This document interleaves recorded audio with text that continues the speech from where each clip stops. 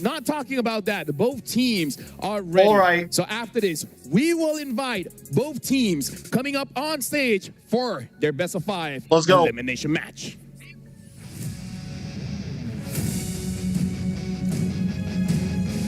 This team's journey served as a major roadblock for teams traveling from the West. Turkey's champion was Uno, NA's king was Dos. As they return on stage, they look to claim the trace. Everybody, say it with me. Hola, vamos! For gallant spirit, there can never be defeat. An old adage says, as they face the Western Team Slayers, the final bastion of the Western frontier seeks to prove that they may be bent, but never broken. They are Team Spirit. There's a big game. Who do we got, guys? Who do we got? Introducing the coach coming in from both teams, Coach Pops and Coach Powie Bomb from Vamos. Why did Weezy just cook there? And DK Lana from Team Spirit. Both we get a script, guys. They give us a script for these walk-ins. When it comes to the draft, a lot of picks have been picked throughout this M6. Do they have anything more? Are they hiding anything from this matchup? And now coming into this matchup, Vamos as well as Team Spirit. When it comes to Team Spirit, we got to look at Hiko. Hiko Mania, the only one that got a Savage. But going up against Nets, that's going to be very interesting because you got a long-range marksman player of Hiko going up against Nets, where his range is more mid-range. Yeah, he is a little bit more mid-range, but at the same time, it's a little scary. Arju's not playing today, bro. You know, maybe it's his time to actually pop off in lane. He's going to need a lot of support, and that's why I'm looking towards Chibi to make that happen. Now we got to look at Chibi here, the jungler of Malaysia that has been around since MPL Season 7. But looking at his achievements here, silver in the 32nd SEA Games, MPL MY Season 12 champion, Season 13 runner-up. Unfortunately, MSC only 5th to 8th place, and MPL MY Season 14 2nd place. And he wants to make sure that at least for M6, the minimum, he wants top 4 here. Bro, I don't use my right arm. I use my left. I mean, it's one of the Malaysian teams to try and get it done, right? There's a lot of regions that have been knocked out. Malaysia still having 2 teams to get the job done this far in the knockout phase. Yeah, now we got to look at a head-to-head here between both teams. And we're looking at the jungler here, both Chibi as well as One Shot. If we're looking at the numbers, honestly, looking at the KDA, One Shot has a little bit more. I feel like the game on the Fanny has definitely got him a lot of KDA on that game. But if we're looking at the gold per minute as well as average turtle, Chibi has been doing amazing, where I kind of feel like this is a testament to his retribution ability. Even in losing games, he somehow finds ways to get turtle and lords. That's the crazy part about Chibi, right? Initially, even before this, M5 was already looking to be Turtle Mania, Lord Destroyer every single time. However, in that matchup, that was against Magister. Coming into M6 with One Shot, he's definitely stood out compared to the rest with his flexibility, but more importantly so, the way the team plays around him. Yeah, we've been seeing, at least so far within the draft, let's be honest, it's Vamos and SR. I don't know, bro. The game, and we know Team Spirit could definitely pull it off. They like to get a little experimental. It's possible. Let me put my chat. Than the jungle. And now are they willing to take that gamble up against the last team standing in the West? But for you guys at home, you guys can scan the QR code to redeem your prizes. And we're talking about stats here. Vamos has a 90%. Did I cry when saying lost? No, bro.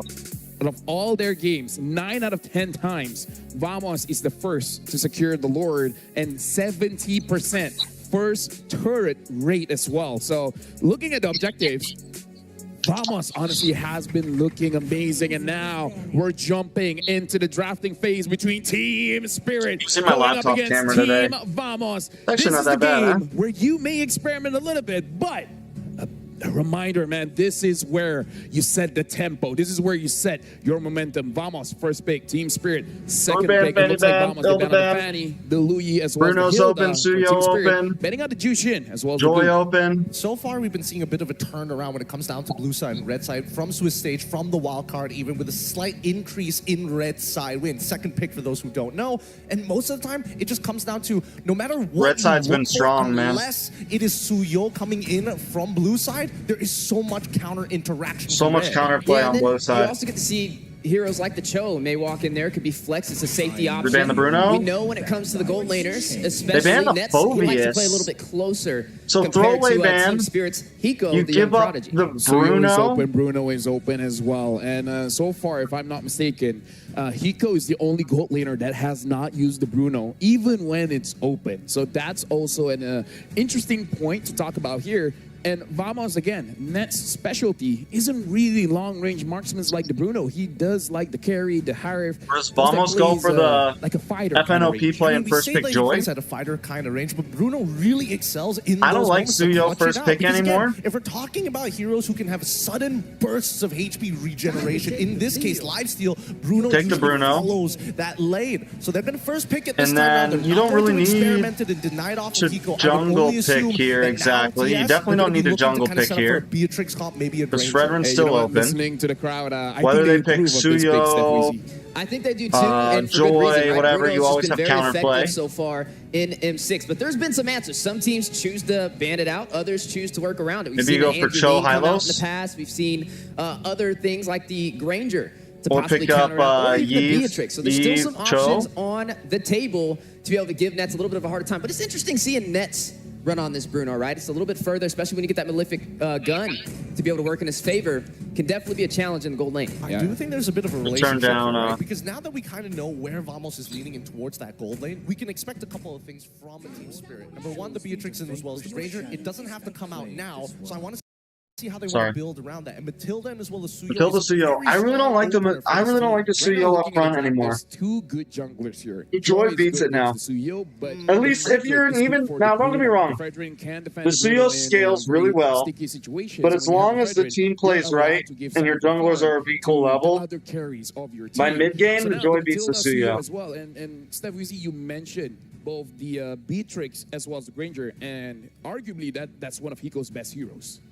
Yes, it is one of Hiko's best heroes, but at the same time, I was hoping that maybe the jungle spot could be a little bit more flexible here. I expect Vamos to maybe even lean into the Joy a little bit more. Cillian and Hayabusa. Wait, this is a different side of them. This is interesting because I was expecting if Joy shows up, we're expecting Belleru. But with an early Matilda pickup here, it looks like Vamos has came in prepared for this first phase. You know, it's interesting because I would have said an Eve could have been slotted in for the side of Team Spirit. But now that you're going up against a Hayabusa and a Sicilian, first of all, Sicilian's going to fight from afar. So it's going to be hard to get inside of that RWM. And then you have a hero that's very effective of getting to the back line with that Hayabusa. So it may be a little bit of a challenge. Team Spirit go for Let me just say, if Team Spirit doesn't pick up their goal The here, probably going to get Granger. backed out. So they pick up the Granger very, very smart because I really see a Suyo is future good where for Vamos objectives, but so pretty is- okay with batting both Beatrix as well as Granger. so is Now, Joy, Team so Spirit, is what Fred, are the like- options because we've seen the Sicilian Carmilla combo, but is that something that Team Spirit will respect? Well, it's a little hard to say. Yes, it is a very interesting combo, but at the same time, I feel that right now that they've already secured their jungler, the question is, how are they going to take control over the lane? You see the Sicilian, even if you play with the RWM, there's a good chance that, at least from Vamos' side, they could turn into a pure dive composition. And not to mention, Hylos hasn't been touched just yet. I'm expecting one of these teams to get rid of it for the sake of their gold laners. Just to touch on that, that's where I was looking too. The Hylos could be very effective here, especially into the hands of Team Spirit, considering you're going up against an assassin. You want a hero that can, you know, maybe you have to stay in the XP lane now since you have the Matilda, but you can still Carmilla ban, good ban, good ban. kind of slow down that Hayabusa on these objectives. I mean, now we see the Carmilla ban. There is, I mean, we've seen it. The Moonlight Waltz, really effective combination. Hey, Carmilla, just do whatever you want. Moonlit, Worst comes not to worst, Moonlight. Just like you back in, put you in the safe spot, and then we can start playing with the rest of the team. So at least from the side of Team Spirit, great. Well, they can still ban preparation Cho in terms of on previous drafts on side of But TS. now that we are seeing Carmilla the Valkyrie ban, getting banned out, and then when I you can only ban, well, imagine they that can, wanna really yeah, you double ban down out on Cho this here. dive. Something that we have to see is Or the looking at Hylos. lineup from Team Spirit. They're looking very strong in lane here. Granger is pretty strong in lane against Bruno, but having the Matilda as well as the Suyo, whatever mid laner that they pick up, they'll be able to move around the map very, very effectively, especially to the side lane. So this is something that Vamos has to be careful of. Whatever EXP laner that they have and the roamer that they have need to be able to either withstand the speed of the rotations or be able to slow it down. Yeah, it's definitely going to be a little tricky, but there still are some options on the table. The Aurora's available. We've seen that kind of sneak up into the scene. The Vexana is still up for grabs right now. is my But we still also got to see team. what's going to be put in the XP lane for this Farza too. That's definitely a wise option, especially with the wings by wings. There goes that choke. What am I rooting for? I don't know. Not really rooting for anybody. Hylos up for grabs. I think this could go anyway. This feels like a coin flip to me. I don't think there's exactly a favorite here. For Vamos' side, they're less worried about the Gato in comparison to the high loss. The high loss denies you, especially when it comes down to nets, that space to play with. Are we ready to see Fanny and Ling pick? Fanny's always banned. Puts you at odds against the rest of TS, and not to mention, Ling consider just going for Purify at this point of time, but we don't know just yet. As you mentioned, LaFell, the EXP lane matchup. Ling's just, it's kind of like, it's got to be closer to end of draft, man. It's a dangerous pick. Support first. Yeah, it's good, but it can also be really bad. If Vamos is on first pick, they can't really flex their EXP. We can't see something like a Benedetta all of a sudden to match up against There's a Choban. EXP. They need a mage. They can still pick up something like the Eve. They can still pick up some kind of crowd control enabler for the team. Something ranged. Is on that Matilda. They need some Vex, form of Aurora. initiation. So this is going to be very interesting for Kid Bomba. He can pick up something like the high Could go Farza, but it's not that good here. Hylos pick strong. They're going to prioritize just big bodies for Hiko. Now, a couple of responses from Vamos' side. Either they can go for two setting heroes for both Rome and EXP to kind of force out a lot of spells, and they know that Joy's better than Ling. Ling Right now. If one fails, Matilda can pull them out. I think Joy scales a little bit better. It also gives you, the thing about picking the Joy too, is you get a nice change of damage. You get some magic damage. You know, and the question is, as long as you're heavy-hitting marksman. But time and time again, Vamos is a team known to draft outside of the box, right? So I'm really anticipating maybe even the Katat sneaking up in here. It's still available, could be flexed in the Roam or the XP, which would give him a little bit of versatility. There goes the Katat we were looking for alongside the Jawhead. All right. So looking for a pickoff here, Gideon. Yeah, they are looking for pickoff, but they want to play some form of early game. The last time we've seen a similar composition from this from Vamos was when they were up against S2G, and we saw a lot of macro feints to actually snowball that early game. TS, at this point, it's about lane control. If they can control the lane, then the early game is a free bypass. Now, honestly, this is a very smart EXP lane pickup by Positive support, Matilda. We saw the amount of pressure on the EXP with the Hayabusa, so they're trying to mitigate that a little bit, but now they got to focus on Hiko, making sure that he doesn't get caught. And now, time to draw the beat of the flash. Looks like it's going to be a Joy. Oh. Where's Joy going? Is it going to be a Joy mid? Or Joy EXP? and then Matilda mid? Oh, look, I thought Vamos was the experimental one, but looks like it's going to be Team Spirit. Joy mid. Joy mid. That from Team Spirit. Well, looks like it's time to drop the beat of the flash. Thank you very much to our panelists. But now we're drawing over to Brigida as well as Merkel to call the match. I love the energy from LaFell, and I'm definitely carrying it over because this is a very important match between the only team from the West up against the so-called Western team Slayers. Welcome to the caster desk. This is Brigida and Merkel. Sometimes Brigida sounds like she took a deep breath. Game number 1. What are your thoughts on this surprise Joy in the mid lane by Team Spirit? She's all. You want to know a fun fact? What? I spoke to Bomba. They were trying to find a new jungler for Brigida's Team cute, Spirit. man. He said She's funny. Sunset Lover might be the guy to take the jungle role. So, hey, I think they are not too surprised about this pick. They know how good Sunset Lover is on the Assassins. Now it's time to prove the world. Let's see if Sunset Lover can pull it off. Yep, I'm expecting a lot of very aggressive rotations, especially with this Joy in the mid lane. Wave clear. Can you guys, when I'm not talking, can you hear game sounds? Or can you hear the speakers? To keep their side lanes in check, but it seems like they're also being very careful about that. Early leashes coming in from Team Vamos. So we'll see. I mean, it's not just the Matilda, which is high in mobility, right? It's also the Joy. So they can really move quick around the map. And again, the panel also mentioned it earlier. There's little to no kill threats in terms of their XP laner. Kid Bomba right now, it's time for him to show that Bomba mentality. This is a high loss. You won't be able to pick him up that easily. Yep, definitely not. What is the plan with this Joy, though? Tough. Chibi looking for the I mean, I guess what? It gets to the back line. It can target down onto the... you have an answer to the Sicilian. But you're so squishy mid, man. Already over the Zorn. Sabo was initiated on earlier. Both one shot, maybe able to get first blood. There you go. One shot. Claiming it early on, first minute. And there was no one else. You get quick rotations. In that situation. Sorn didn't even decide to use the flicker just yet. It seemed like he just accepted his fate. But where's the trade just now for Team Vamos? It seems like it's more of them just being very careful, and this is a surprise. Team Vamos, as far as I know, they have the highest first blood rate, but it seems like they're the team that we're seeing play a little bit more patient, more focused on letting Nets get his farm, because this is, again, Hiko that we're talking about, so there has to be some respect towards that gold lane. Now let's take a look at the emblems here. It's the Impure Rage, so quite normal so far. Nothing really crazy. The Temporal Rain as well. Let's look like for Bamba, he will help get a bit more prio in the mid lane. And both of the teams actually just setting up for the neutral objective. Bamba with the Revitalize. Or the one shot. Oh, nice play, nice play. And he attacks while doing it. The electrifying boots. Sword very low. Last shot over. Unable to find it. Sunset Lover still wants to go aggressive, invading the enemy jungle with this Joy mid. And I mean, that definitely wasn't something Team Vamos would have had an easy time dealing with. Their roamer wasn't level 4 just yet. Smooth also isn't level 4 just yet. So they didn't have as much resources compared to Team Spirit in terms of taking that turtle. And that was something we definitely saw, because Team Spirit, even though they were able to poke, or even though Kid Bomba was very, very low, he received the he received the ejector and was thrown under the turret. He was still able to throw out and put out that glorious pathway just to zone and even keep all of the members of Team Spirit intact. So now they're clearly in the lead so far up against Team Vamos. They're yet to find a single pickoff, even with the Jawhead in their lineup. This has become a pretty good answer. Oh, what is that damage?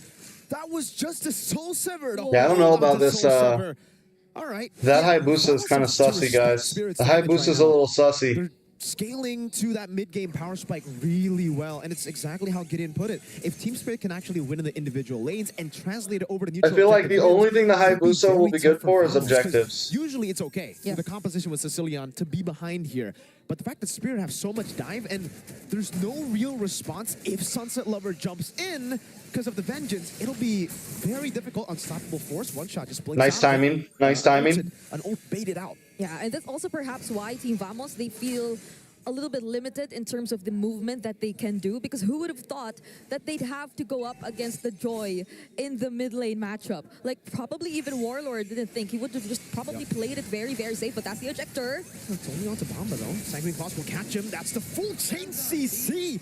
So Silver picks up the kill. Chibi wanted to go for the shadow kill, but TS no better than actually force the skirmish. They have the one-man advantage. They will go to the neutral objective. Oh, imagine even using the ejector and throwing him under the turret, but still making it out alive, and now that's a punish. But Kid Bomba, he seemed very low. Will Smooth be able to out-sustain everything? It seems like he will. That's the Revitalize, but Chibi. Oh. Sawa, still with getting win. That's a stun over Chibi. Oh, Chibi, bro. Oh, well played. Kid Bomba down. One shot.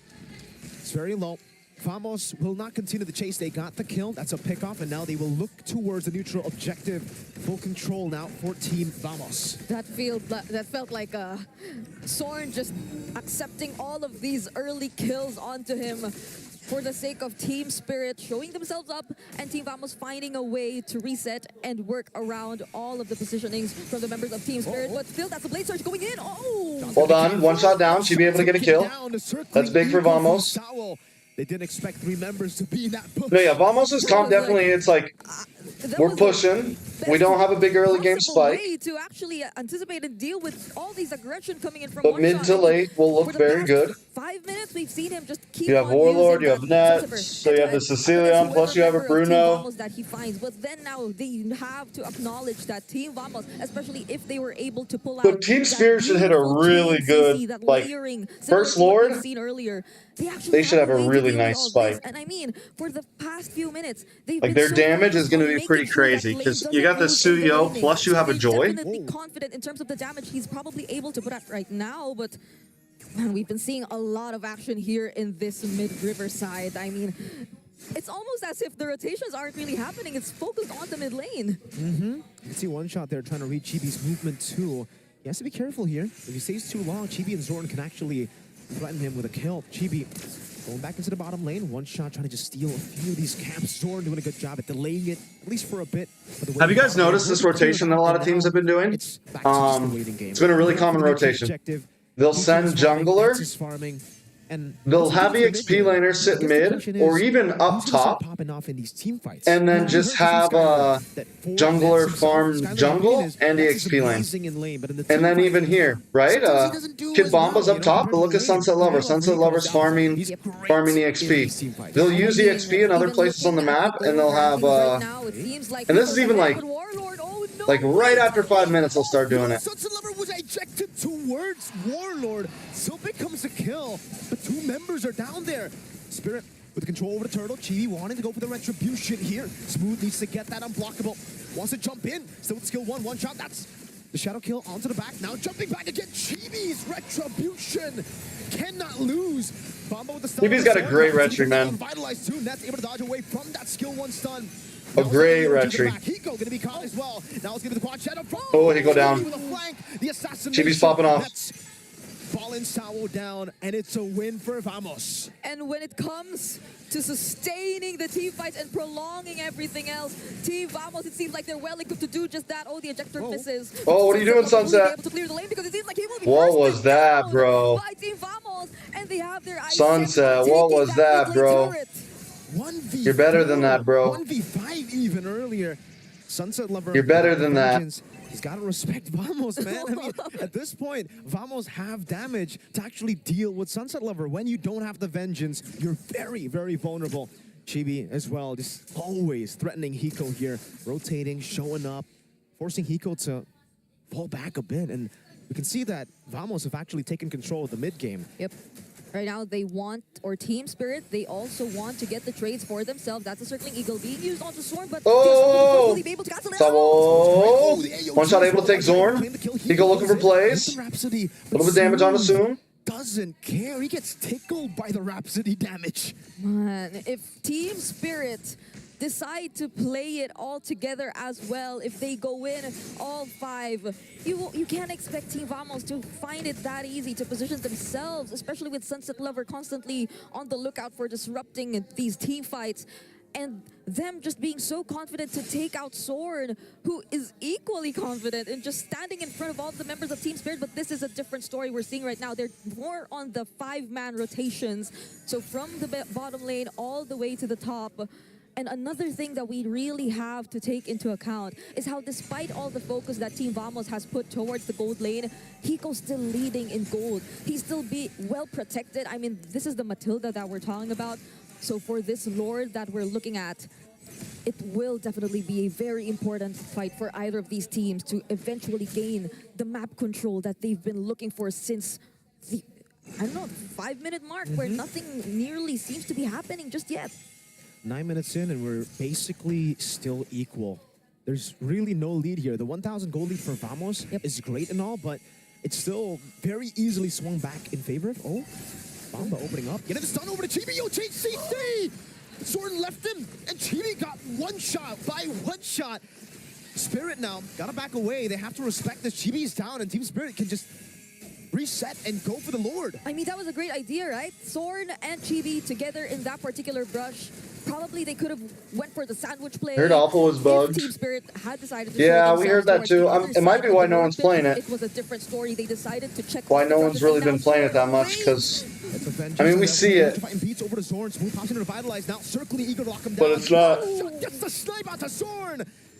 that popular of a pick. Chibi is back up again. Warlord pops in. The Bat Feast wants to join in the team fight, and Sunset Lover again is in the bottom lane, so TS will decide to reset again. I just remember that this wasn't, it really isn't a Jungle Joy, so the Vengeance, that's an additional layer of problems that Team Vamos would definitely have to deal with. But we're still here in the Lord Pit. They don't want to, either of these two teams want to give this up. That's the glorious pathway once again, but Smooth will be able to sustain this. He's in the middle of everything. And, oh, wait, it's from behind. Oh, Chibi. He go the flicker out, Smooth. That AOG won't connect. The Sanguine Claws will pop up. One bad impact. Kid Bomba still surviving. Yeah, the poke's too much, man. Be a sliver of health.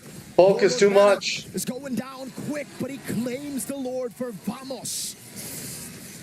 Earlier, it seemed like Team Spirit were able to set things up for them to have that Lord take. But Team Vamos, they were just able to buy enough time. They were the ones who were able to turn things around this time, and currently Nets is in the lead in terms of gold. And Team Vamos, they will definitely make use of this Lord. I got water. Taking out almost all of the inner turrets whenever they gain the chance or the access towards it. This is a very difficult situation for Team Spirit.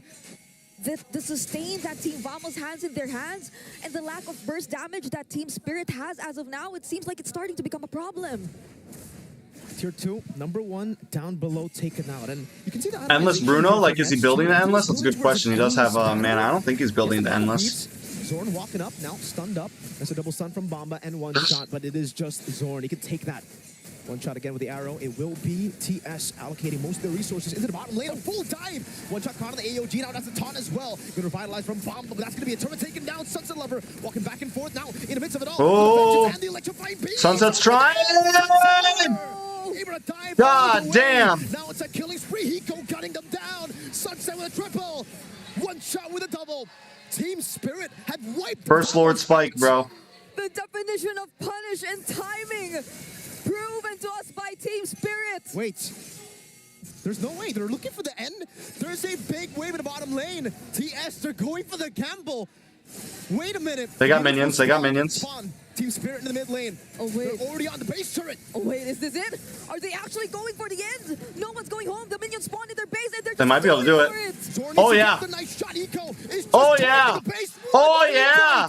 And they turn it around. They secure game 1 against Team Vamos.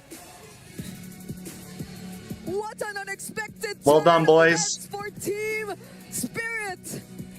Well done, boys. One crucial mistake, one miscalculated play was all it took for them to end the game in less than 13 minutes. One no. big fight. One I'm all out of big snacks, moment from guys. Sunset Lover, the jungler who was knocked out by a Malaysian team at M3. Now he plays the jungler in the mid lane. That's the joy in the mid lane with vengeance. He's still got the mechanics in him. Definitely, the mechanics were there. So now let's break down what happened in game number 1 together with our panel.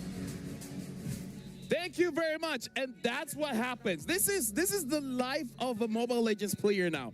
It only takes one mistake. Like, this is the definition of life. You do so many things and people will forget about it. But you do one bad thing, that's going to be the biggest thing that people will talk about. And I kind of feel like people will talk about that. Oh, it's definitely going to stick for sure. It stings that we lost in that particular way, but why did it happen? Number 1, I got to give it a Sunset Lover, right? Because in a majority of the early to mid-game fights, he did not want to participate. They were playing Flash saved Joy. Scenarios, and he was able to get his 3 items on time, find the levels that he needed. Even if Joy died, here's the thing. Even if Joy dies there, it's okay. As long as you get those two picks. Are you home? And it's interesting because it was on I'm at the hotel. Traditional method, right? He pulls out the Joy and puts it in the mid lane. And I mean, I guess it worked because technically Joy can get away from all that aggressive gameplay because I'm here till grand finals, baby. Honestly, I feel like the biggest thing is the vengeance, right? I always make it to he dealt knockouts. the damage. Now, when he Trex uses here? the ult, right?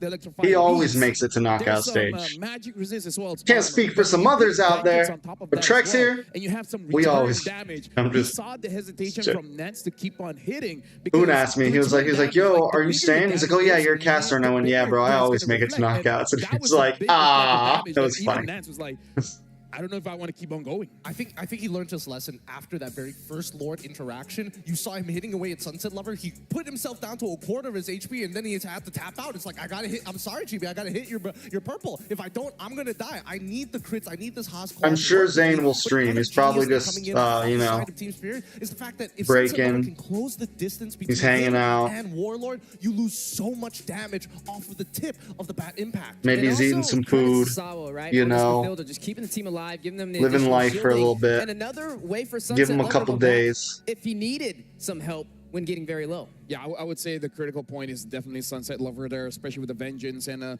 looking at the build as well, having that Weapon Master just makes Holy Crystal hurt a little bit more, where we even saw that Zorn got taken down pretty quickly. So this is one of those situations where Vamos looked to be a strong team. They played disciplined throughout the match, especially during that Lord take.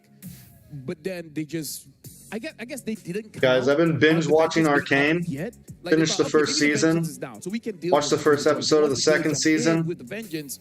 I've been binging it, bro. I almost didn't stream because I just wanted to watch this. I just wanted to go through the second season He has a taunt to today. try and kind of pull the joy away in the middle of the dashes, but as you saw in that very final fight, Smooth already jumping in very heavily to try and take first inhibitor. Have you mentioned the Alpha Sicilian? What do you mean have I mentioned? That Gato has, especially when you have the artilleryman Sicilian in your back line, but once you are out of ults, that's when you're expecting the clap back coming in from the side of Team Spirit. Yeah, one small step for Sunset Lover, a huge step for Team Spirit for game number 1 of this best of 5. The last team standing in the West. I mean, even the damage still goes over to Vamos, and it just shows you what is their one dimension? mistake can cost everything. The bug or whatever? Look at the goal graph here just to show how big of a I mean, right now, that is. Look at Team Spirit. They actually depending on how bad it is or whatever, I mean, 6 minutes or so.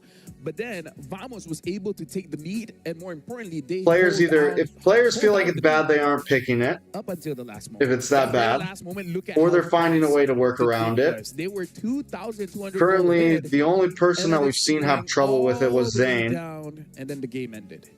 So I just don't think that Moonton really has its eyes on it. Find angles to get in an early snowball, maybe for Chibi, maybe even for Nets in the early game. But I think that Team Spirit, they've done great preparation. You could see the movements on the map to deny them, body block them, always marking each and every man, understanding that if somebody's standing on one side of the wave, we're not falling for any macro feints anymore. We need to keep our minds very elevated and stay on what's important, and that's keeping Hiko alive. Once we get into the mid game, we also saw a bit of personality from Vamos. Hey, you made one mistake, now I'm going to take your mid inhibitor. Now I'm going to start pushing into your jungle. Now I'm going to start taking every turret on the map as quickly as possible. Yeah, there were a lot of times you saw Vamos just bounce back, even if they fell on an objective. The defense was definitely there for them to be able to come back and take the Lord away from Team Spirit. A lot of those, I mean, there was a lot of mistakes that wasn't just an alpha bug that made them lose, guys. That's when you got to see Sunset Lover come alive on this joy.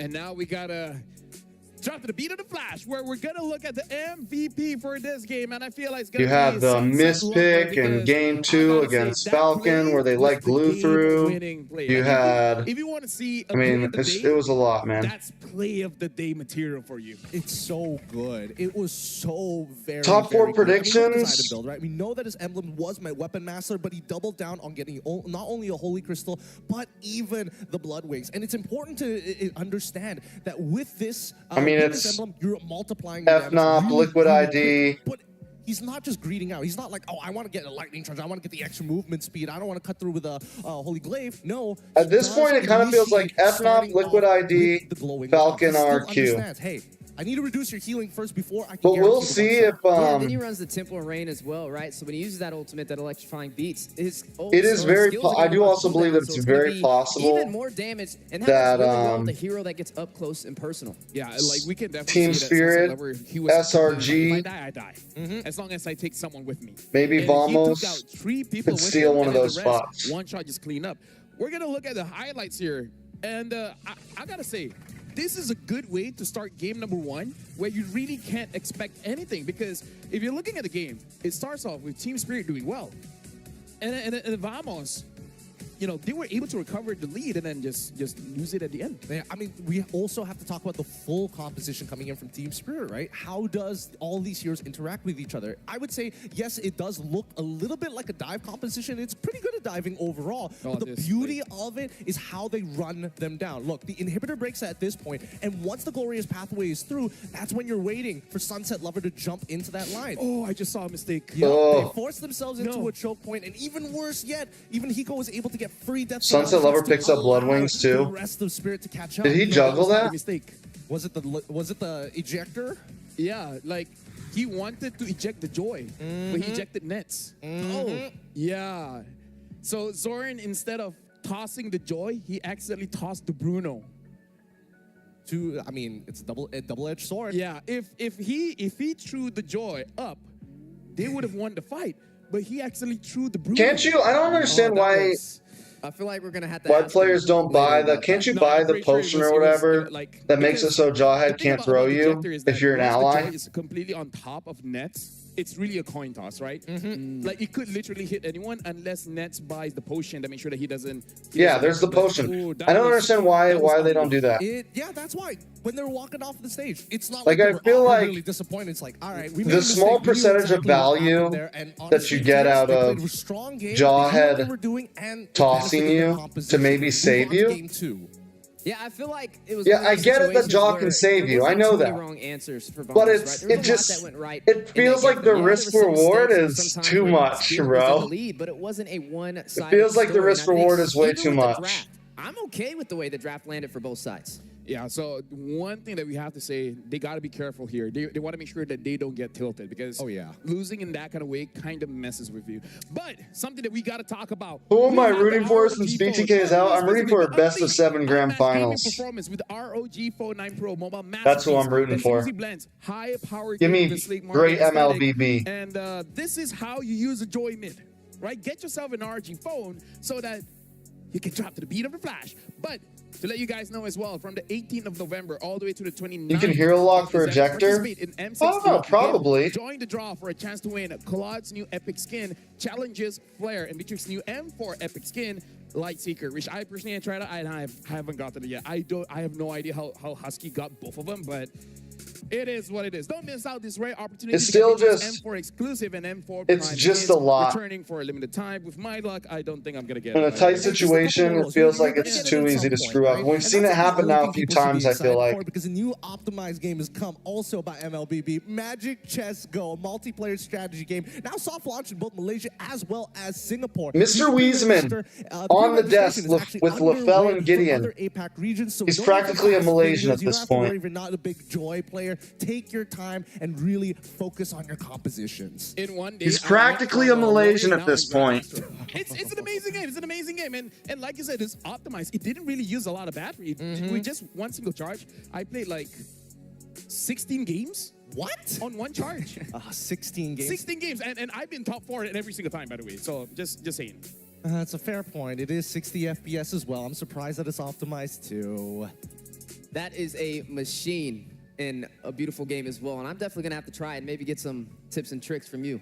Oh no, dude, you'll get it instantly. You get it instantly. But yeah, we gotta talk about these teams now because this is a best of 5. Losing one game, it's okay. You can come back, and we saw that Vamos had very good discipline in that game. So like you guys said, it's not one-sided. Now, we got to go into the mental of the team. We were able to talk to Smooth, so we'll see what he has to say, and hopefully they're A-okay right now. A long journey ahead. Smooth said, I'm disappointed that both Malaysian teams are in the lower bracket. We were really hoping that this wouldn't happen. Even if both teams make it through, we might have to face each other in the end. Our journey in the lower bracket will likely be a long one. We need to stay mentally prepared and build our stamina because only those who can endure will survive. And wise words. Sorry, guys. It's going to be tested right now. Yeah, it's truly going to be tested. And even if they do win this series, there's still a very long journey ahead of them. I love Smooth's mentality because he's very realistic about things, right? In his own professional career, so many times has he been cursed with second places all the time. And finally, when he qualifies and makes it into top 8, he understands the journey ain't over yet until you're lifting that trophy. Yeah, definitely a lot of pressure on the line for the Malaysia region, right? Trying to get out of the bottom bracket and get back up there with those at the top. And it's going to be interesting to see how they pull this off, right? I mean, even in the player interviews, we got to see Team Spirit and Vamos competing against each other, and they were very humble about the situation. Yeah, and now looking at... How do you guys feel about this again, Harry Potter HBO show that's going to as well happen? As their stamina. And sometimes in tournament, you have to have, short-term memory loss, right? Just like, okay, whatever happened... System of a Down is doing a concert? At the same time, try to learn from mistakes. Like a tour? Whatever the coaches say, just trust your coach. Maybe Pop said, you guys have a late scaling comp. You guys didn't have to force it because there's a lot of game to be played. We'll see what the adjustment is going to be on game number 2. Yeah, just one game at a time is how they have to look at this. I mean, if history repeats itself, yesterday we ran into this situation where the best of 5s, both of them went all the way to a game 5 with both teams winning the first 2 matches. I mean, this M series has been full of excitement. It's been full of surprises. and we're only in game 2, they definitely have enough time to bounce back. Absolutely. But, I mean, on the opposite end, right? Team Spirit, they're playing on Malaysian home ground against a home ground team. The crowd is definitely not going to be on their side for a majority of these matches. If we're talking about a test of mentality in terms of stamina, you also have to make sure that overall your emotional state is not going to be shaken by the crowd screaming for every single play, every single success that the crowd is excited for. And now it's going to be much more difficult in the draft. Who would have who would have seen that the Joy would be coming up in mid? I know I didn't. I'm still hungry. I mean, like, we've seen Joy mids before. I need but not snacks. I agree. I don't really like time, these it's not like things. it's an impossibility. But I'm gonna eat the them. Draft actually, well, not These even the draft, the meta these right wafers now that are being cream wide, cheese wide flavored, open ugh. with a lot more interesting red But I'm side gonna picks eat and them. even blue side picks. And I think that even Joy, after we've seen BTK show off that it can go into the EXP lane, it's a late scaling monster. And if you want to play long range and you lose damage when you get shorter, Joy's a pretty good option. You know, I'm wondering with game number 2, if Vamos is going to take red side or if they're going to go blue side. They were blue side for game number 1. They were kind of forced to pick up that Bruno. We know Nets, that's not really his specialty play style. So maybe if they take the red pick swing, it could work in a totally different favor. Game one was so far has been looking Game very one was strong Team for Spirit. M6 because again, that final pick can really screw with you. But now we were able to talk to Zorn as well. We have an M chat with him, and let's look at how he's feeling right now. How do you feel about the team dropping to the lower bracket? And Zorn replied, I feel sad that we didn't make it to the upper bracket. We need to review our strategy and gameplay. It will be very important for us to figure out how to recover if we were to lose the early game and focus on playing. We've only seen the Angela late game, once. where we definitely saw that they lost a bit in the early game and they were able to recover come mid game. Now they just got to be careful not to make unnecessary mistakes or engages come to the late game. I think we can definitely see, you know, I think we only saw Angela once. What, it was day one? I mean, even prior to M6, we were always With stage, TLID, Angela combo. Because all they were focusing on was the early game for a large majority of the year. So coming into this, now I feel like Team Spirit is really testing that. How much have you evolved to your mid as well as your late games? I think that game 1, we saw a little bit of it, but now, since it's a best of 5, we're going to see a lot more, and I don't think Team Spirit is going to change the strategies. I mean, Team Spirit's comfortable. You saw Kid Bamba. He told Eterna, I plan on winning this 100%. I plan this to be a 3-0. And then you see beside him. Yes, I was like, maybe 3-1. He's like, you know, I'm confident, but not that confident. He's a realist. That's why he's the godfather. All right, coming into this draft, I want to see which side they decide to be on. Initially, we saw Team Spirit going on red. I would only assume that Vamos probably also wants to go on the red side because, again, even when we look at statistic win rates, both teams have a higher win rate on red side compared to blue. Something to note as well. Thank you for the production team bringing this up. The last time we saw a Joy mid was Troublemaker from Umbrella Squad during M5 Wildcard. That was M5 Wildcard. So that's quite a while ago, literally last year. Oh boy, oh boy. Maybe that's where the inspiration came from. I mean, they're all from the same region, right? So information spreads quick. And now Vamos is going to be on first pick. This time they ban out the Bruno. So maybe this is just, you know, they haven't gotten used to it yet. They haven't gotten used to Bruno's power spike and etc. I suppose, but they're also banning out the glue, so I'm guessing Angeline combo lost though. I want to make sure that even if they do have a tank EXP, I think that's why it hasn't been played again. The Angela just hasn't been performing well. After they get rid of the Phobias from the side of Team Spirit, but now in this very final ban, it feels like there's too much to give away. We could say yes, they could lean back into the Matilda once more since Vamos was pretty adamant on getting the Bruno the last time. And we actually might have saw Angela Joy I mean, you could go blue a little bit in Swiss. CO up, or you could go the Cho route. Definitely have it to be able to flex to the XP or the roam position. I feel like right now, picking up the marksman first pick, you can wait a little bit, right? I mean, you can get the Beatrix, you can get the Granger, you can get a Harith. You know, Nets likes to play a little bit more up close and personal. I don't feel like they have to rush this. I just think this is a great time to maybe go in for the mid laner, but they're going to go in for Blue Yo. So CO is going to be in the jungle for Vamos.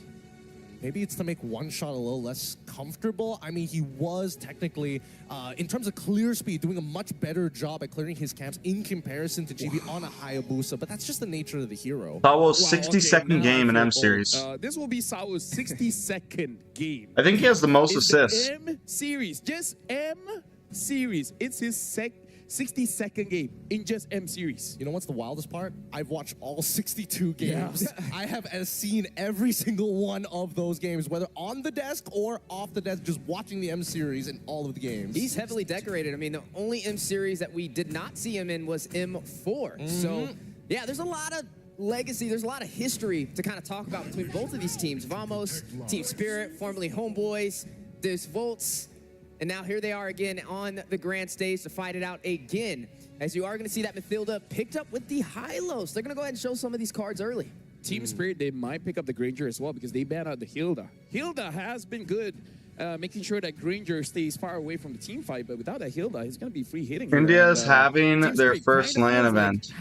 Not going to watch? When is it? To what Vamos shows on the table. Yeah, I think that, you know, Team Spirit is going to go back to the previous comp that we've seen in game number 1. They want to be able to punish their opponents. They want to be able to run them down. So I think that Vamos may have to pivot in terms of, hey, we need a composition that can fight on a dime but isn't reliant on our ults too much, so we don't give a clear flag to TS when they do decide to unleash upon us. I wonder if Vamos, okay, I was going to say, are they going to go the Sicilian route again? But no, they're going to go in for the Valentina. Now, with Team Spirit, do they still go? Oh, if it's happening now, I definitely won't be watching it. I'm sorry. With a Valentina, able to kind of get a little bit more crowd control to stop that Joy from being as mobile. But for the side of Team Spirit, they definitely have. If it's happening during M series, bro? Technically, the Aurora could come out here. We've seen that picked up a lot, especially up against the Valentina. The Eve would have been a great pickup, but you have it's kind of a crazy time to host an event. The RWM. Yeah. I mean, we saw that Team Spirit is pretty open to pick Sunset Lovers hero last. Like, that's just the Joy. Maybe they have something even crazier for us. Like, I don't know. You're like hurting yourself so much for views. Oh, no. Here's the thing. It's Flex, which is crazy. It's Flex. It's Flex. It poses a lot of questions whether or not Vamos is going to be able to handle it. Can they even find an early game opportunity against TS? If not, they're going to have to play mid to late. And even so, One shot uses thumb socks. Just yet. One shot uses thumb socks. Targets are going to be what's going to be ran in the gold lane. I mean, technically, you thumb could go mittens. for the Harith in this situation. For See, the only player that does that? Team Spirit wants to take off the I don't think I ever see any other players with thumb socks on. That's still walking for either side, and we have yet to really see what could be in the XP lane, because I mean the Katat could be roam still. Also a possibility. At least we understand that Vamos wants to hold back on what that gold lane pick is going to be first. I like the fact that, you know, Team Spirit, they're just covering their bases, make sure that you start limiting down on the potential options when it comes down to just the roam supports. Maybe even the Tigreal might be a follow-up ban afterwards. We'll see what Vren has in mind just a bit, because now we're looking towards Forgot I have this. Right? If you make the comparison, we don't know where this, we're not exactly sure where this Joy is going to be, but more so the jungler is going to be a lot slower in comparison to the CEO, unless they're trying to play for something scaling or map heavy, like a Ling, or I would hope Alpha. Joy to counter Suyo, you get the Matilda, you get the Hylos. I like TS's draft right now. Against the Hylos? Against the Joy specifically. They get to first pick after this. Or do they take the Granger right up front? As the timer is about to hit 5 minutes, they're basically going to swap lanes, right? Where the EXP laner will move around the map, and then the jungler will go to the EXP lane and start absorbing those minions. So, you know, it's open, but now the Khalid as well as the Cho gets banned out. So at least for Team Spirit, they're seeing this Gato Kacha to be an EXP laner. I mean, options are wide open on the table. In terms of the gold lane, the only thing you've seen take out so far was that Bruno in the first phase of the ban. So definitely comfortability for both Nets and Hiko to be able to get the job done. Now, we got to see, right? If you do go the roam route, I believe Tig is still there. So Tig could go for the side of Vamos. Wait. I haven't seen Nets use 1-1, but that's an option here because they banned out the Faramis, and one of 1-1's weakness is the Faramis. Let me make my camera a little smaller. Why do you need to ban the Faramis here? Exactly. I was thinking the same thing as well. I'm not sure why the Faramis, and then I would imagine that the Loyi would have come first, and then maybe they start thinking of getting rid of Yves, and then force them to play something a little more awkward, right? But now that we're coming into the first picks of the second phase, I want to see how TS is going to respond to this, right? They could get their gold lane very early on, but I would imagine that they want to hold it to the very end unless they are abusing the Joy as the flex pick. Yeah, because they can pick up a Granger or a Beatrix here, because both options are open, and both Hiko is definitely comfortable with. If they really want reliable late game scaling, then hey, Granger is a good pick. The Joy has just been such a power pick. It poses a lot of questions, right? Because now you see it in the mid lane, which means you could pick up the Eve. Okay. Because it's a flex pick, which means this is going to be Joy in the jungle. All right. Something that I want to point out here, there's two, again, you have the Matilda who's able to enable somebody to dash out of tough situations. You have Joy, who I want to see whether or not Vamos thinks is a true problem. We've seen a couple of answers before, but maybe if they're going to experiment once again, I'm thinking maybe even a Minstar might be possible. Or Ruby, you know, or something Ruby. simple. Yeah, something simple like a Ruby. A Ruby would be good here. Has a lot of slow and sustainability as well. Like, the problem is the Joy. Who's going to stop this Joy from rushing in? There goes the CC, a great hero to get to the back line. All right. So they want to win out on that EXP lane. They want to make sure that High Loss is, you know, a little uncomfortable here, but now they can still flex it out. That's why Coach Ren has done a very good job on this red side draft. Yeah, and right now Vamos is just picking comfort here because the CC is to face up against the against the High Loss, because that's a winning matchup. And Harif doesn't have a lot of losing matchup and is one of Net's comfort heroes. So Vamos, they're just going on pure comfort, and then we'll see how this works out for them, because there's a chance that Team Spirit can counter this Harif pick. And now, sorry guys, it poses the question, what's going to be slotted in that gold lane? I mean, there's still pretty much everything on the table minus that Harith. I mean, you can still see the Granger, you can still see the Beatrix sneak up in there. Hiko's definitely got a deadly Beatrix, but you have to worry about that AOG, right? You got to worry about that Katat getting to the back line, as well as that CC. And there we go. 1-1. The 1-1. I mean, I was talking about the 1-1, but I feel like it was going to be a good pick for Vamos, but they're like, you know what? It's open. Might as well give it to Hiko, and Hiko has used the 1-1 before to amazing success. Thank you very much to the panelists, Gideon as well as Steph Weezy, but now we're throwing it over to Brigida as well as Miracle to call this game.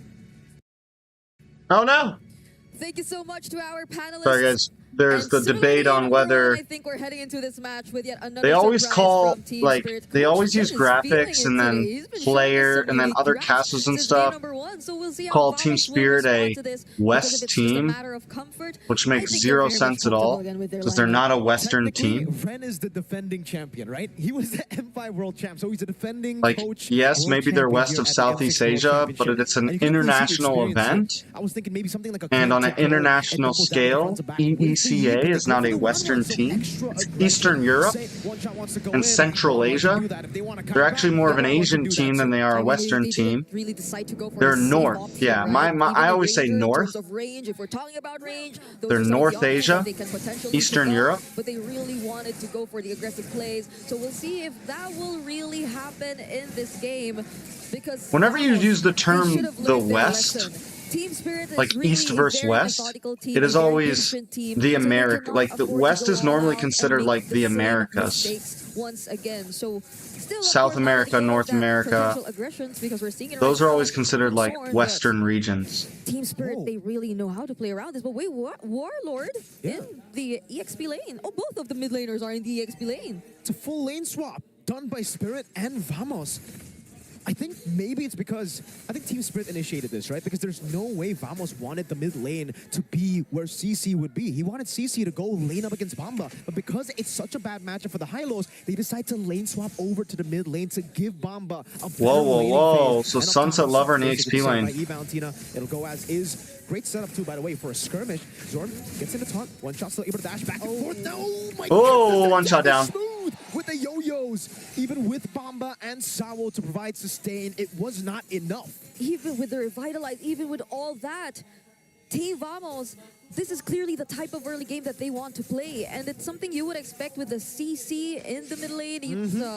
It wasn't directly towards interrupting the jungler of Team Spirit, but then the moment that they saw each other in that riverside, it inevitably led to that death by one shot, and that's not a great start, definitely, for Team Spirit here. So they would want to get the upper hand for this upcoming turtle that we are about to see. And now that Warlord, though, he's yet to get his level 4. Let's see how they're gonna work around this, because they're bursting it down and they're not letting Team Spirit get near it at all. Okay, Zorn.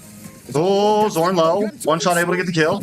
One shot down. 1 for 1. The current call locks Sunset Lover down, but whoa, Bamba able to get the kill back on 2 for 1. Becomes a But TS loses jungler. That's kind of rough, especially when you're going against Suyo.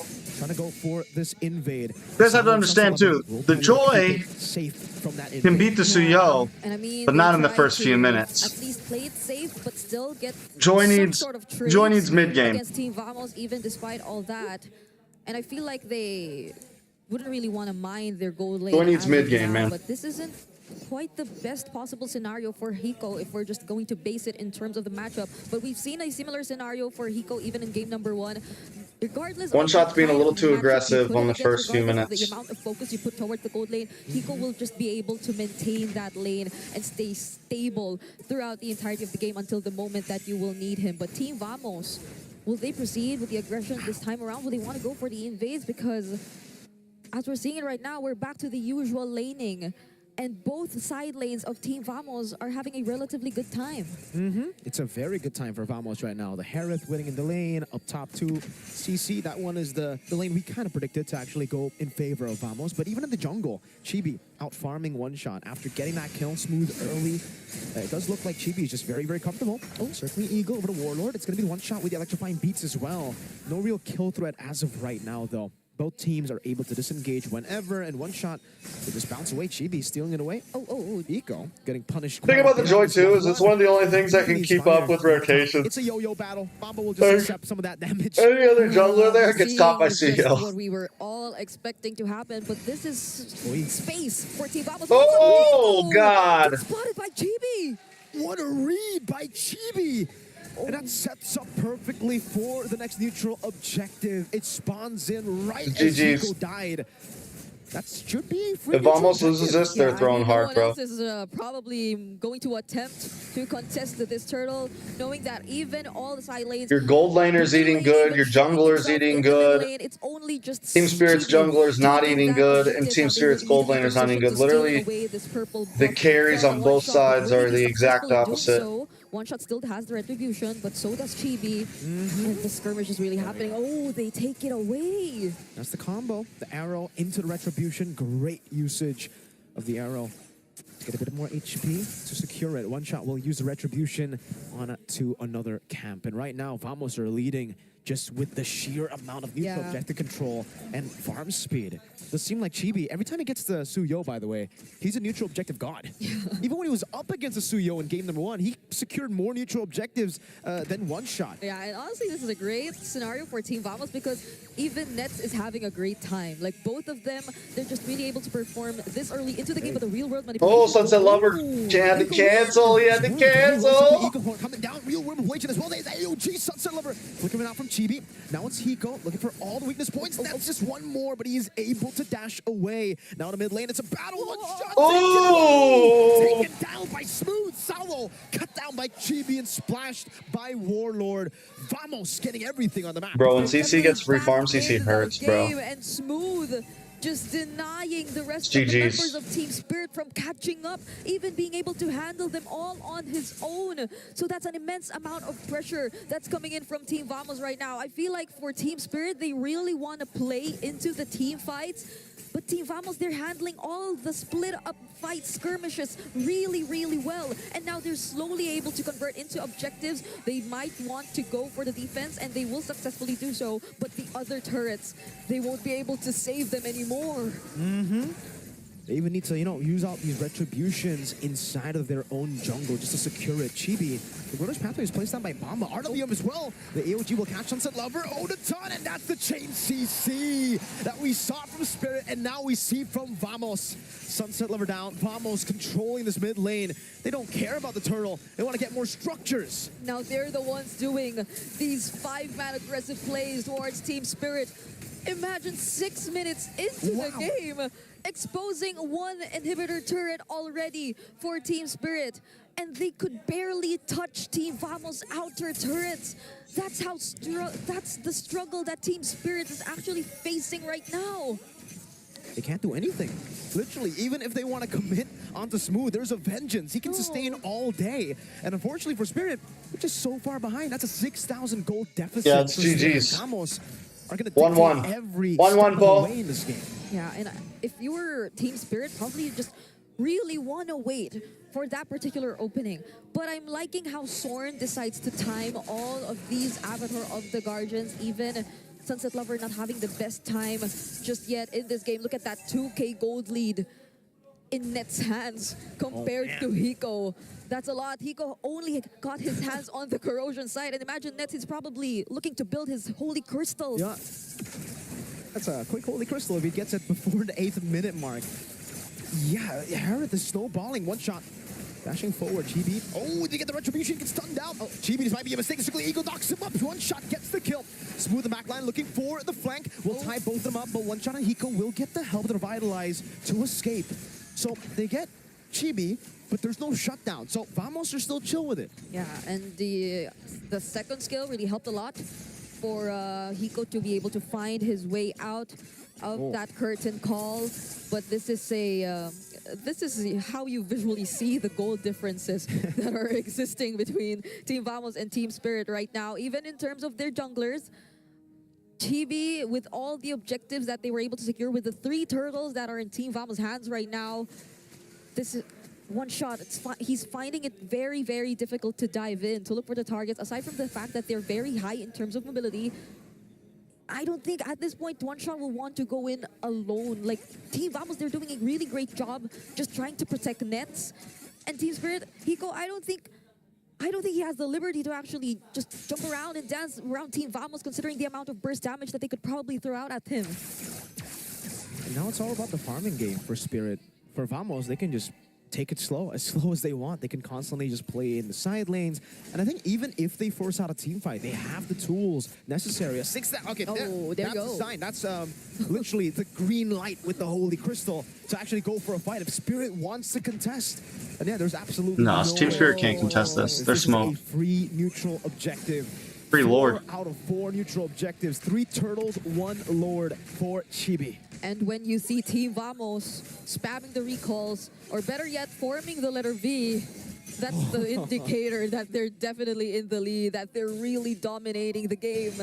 And as of the moment, it's looking very much possible because they're just trying to manage the lanes. This is discipline from Team Vamos, but again, they cannot repeat the same mistakes. Yeah. One wrong call, one miscoordinated play could eventually turn things around once again for Team Spirit. So now they're looking to just sync up the lanes, but Chibi with one shot! Oh. Chibi very low. One shot might be dead here. He picks up the Holy Crystal. He's trying to run away. He will be able to run away. That's where the joy starts to win, guys. Has that bought enough time? Lord of the mid lane. Holy defense still intact. Will be popped.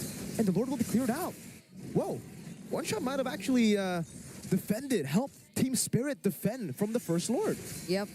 And Chibi didn't really risk it anymore, but will he be able to catch one shot? Okay. My Lord. Oh, Evil Queller. bro. A pixel away. That was close. That was real close, man. Okay. Hey, one shot. Bro. That's he's cold with it. He just stuck by that recall. He committed. That was so close. But now, at least for Team Spirit, thanks to a one-shot has gone towards the bottom lane, I think they're able to breathe a little more. That's a magic scent. They spot out Smooth and Warlord, but will they go for the actually? They used the avatar of the guard for Team Vamos. Catches Sawo as well. Now, Team Bomba dead. Bomba dismantled by Vamos. Spirit. Oh, wait a minute. Zorn was recalled. Rico has it. Right. He doesn't pop it. This point. One more. They're all so low. Pico's gunning for He's it. going. Pico, don't do it. Smooth jumps in with a vengeance. Takes the Hiko. and punishes Hiko for his Hiko, you're not learning, Hiko. You're still young, Hiko. Poked down by Sunset Lover 2. 7 seconds on Bomba. And You made this mistake in the upper bracket, bro. Interestingly enough, You gotta slow down. They're taking advantage of all the range, the void crystals. They're trying to slow Team Vamos down, but will they be able to? I know you're good, bro, but very low. The mid-ways will be dealt with one shot. Stay able to survive. Warlord splash of that. You don't have to be him. Still available, but Team Vamos in similar fashion. Damn, bro. Capitalizing on a mistake, shoves it in and takes game 2. It is now 1-1.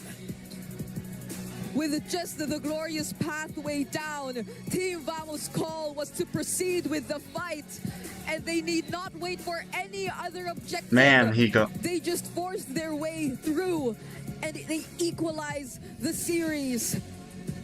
Bro, what mic have I been using? My mic's not plugged in?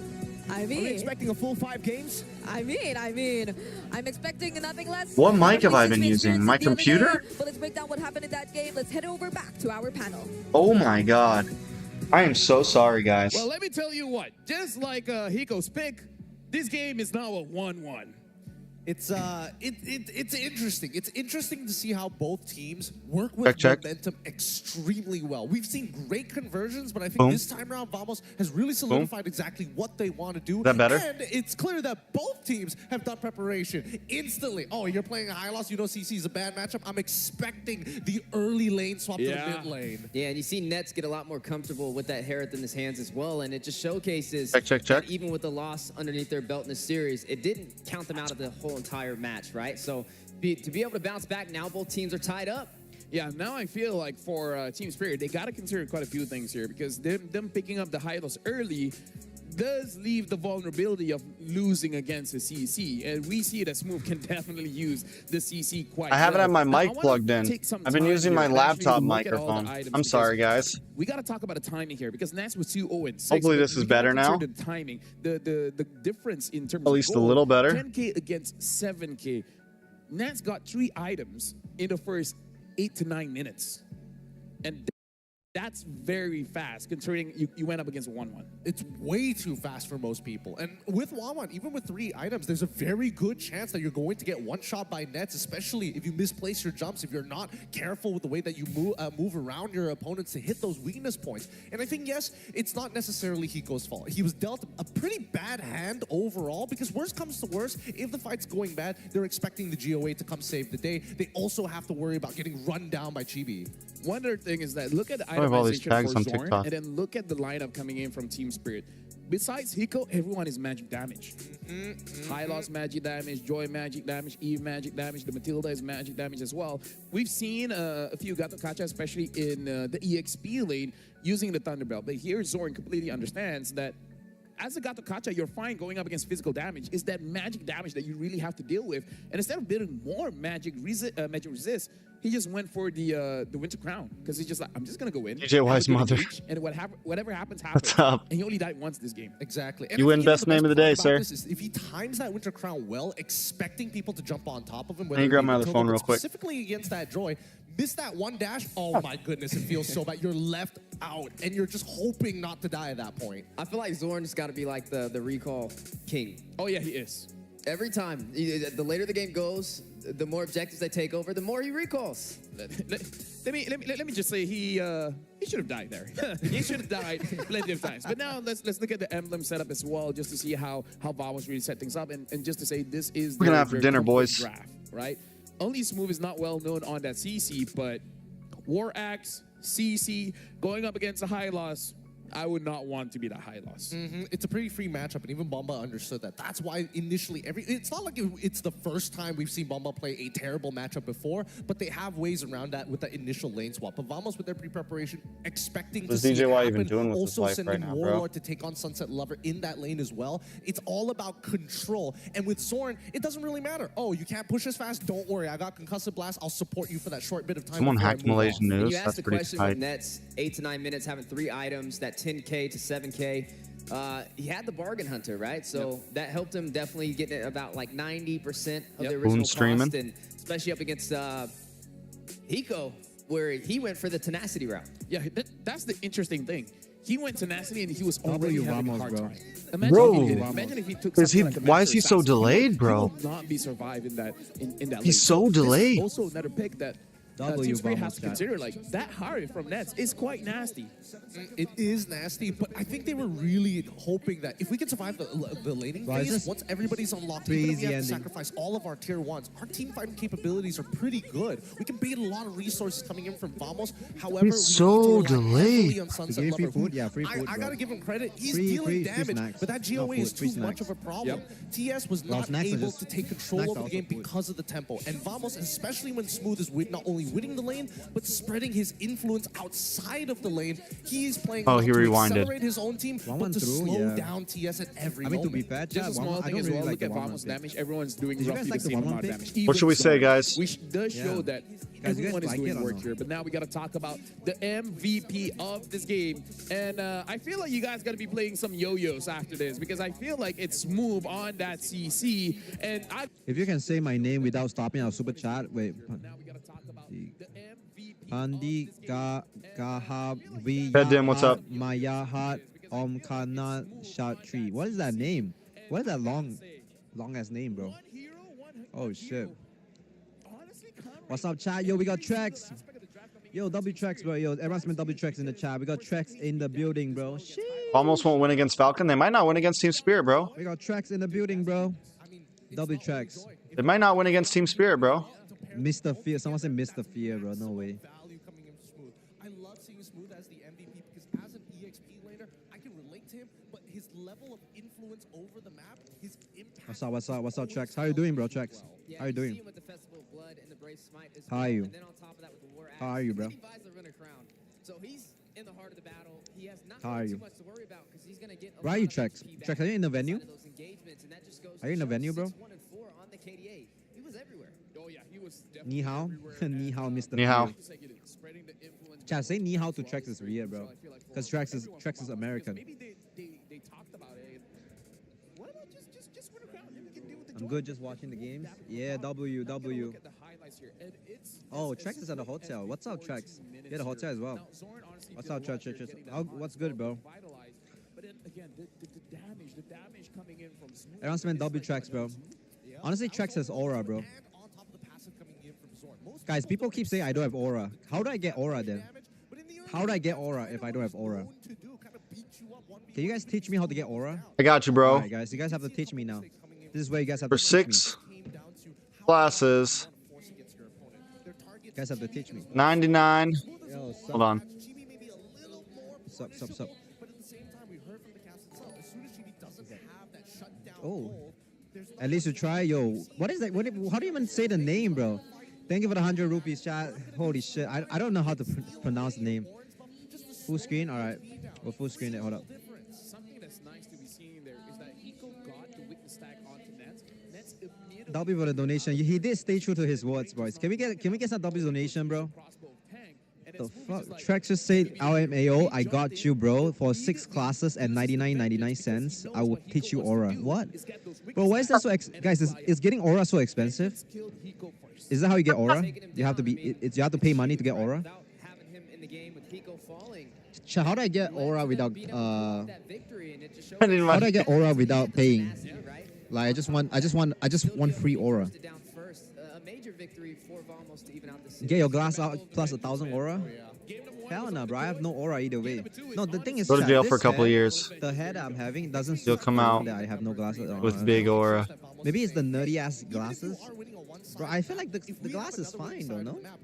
I feel like the glasses are fine. Maybe I have to switch to a rounder glass. Just say all Chat, maybe I need a round glass or for some this shit. game. And you guys can discover the beating A round of glass. Dia City, the gaming and esport district. Okay, chat, you know what? Suggest a glass shape that I should get. You know what? If you guys want, Of gaming culture. what? Make sure you guys Go to visit jail for a Dia couple Gaming years. You come up with big aura. What? Tracks, Trex, what did you just say, bro? Way more Trex, esports what the hell did you service just say in my coverage. chat, bro? Thank you What? very much to Dia Gaming. Now talking about game number 3. What did my boy just say? Said Gideon, draft. I'm just being real with you, bro. Unexpected. Yep. Game number 3 Is the CC. physics? It might be I mean, like, unexpected from I have no physics, chat. You know what can be expected. L physics. A lot of guests Stop. like you guys The at fuck, home star from the shit. 22nd Circle of glasses? November all the way to the 29th of December. Not gonna lie, Hiko got more aura than you. Alright, bro. Why do you guys keep saying Yeah. Who else is live streaming? Mr. Hoon. He's playing games.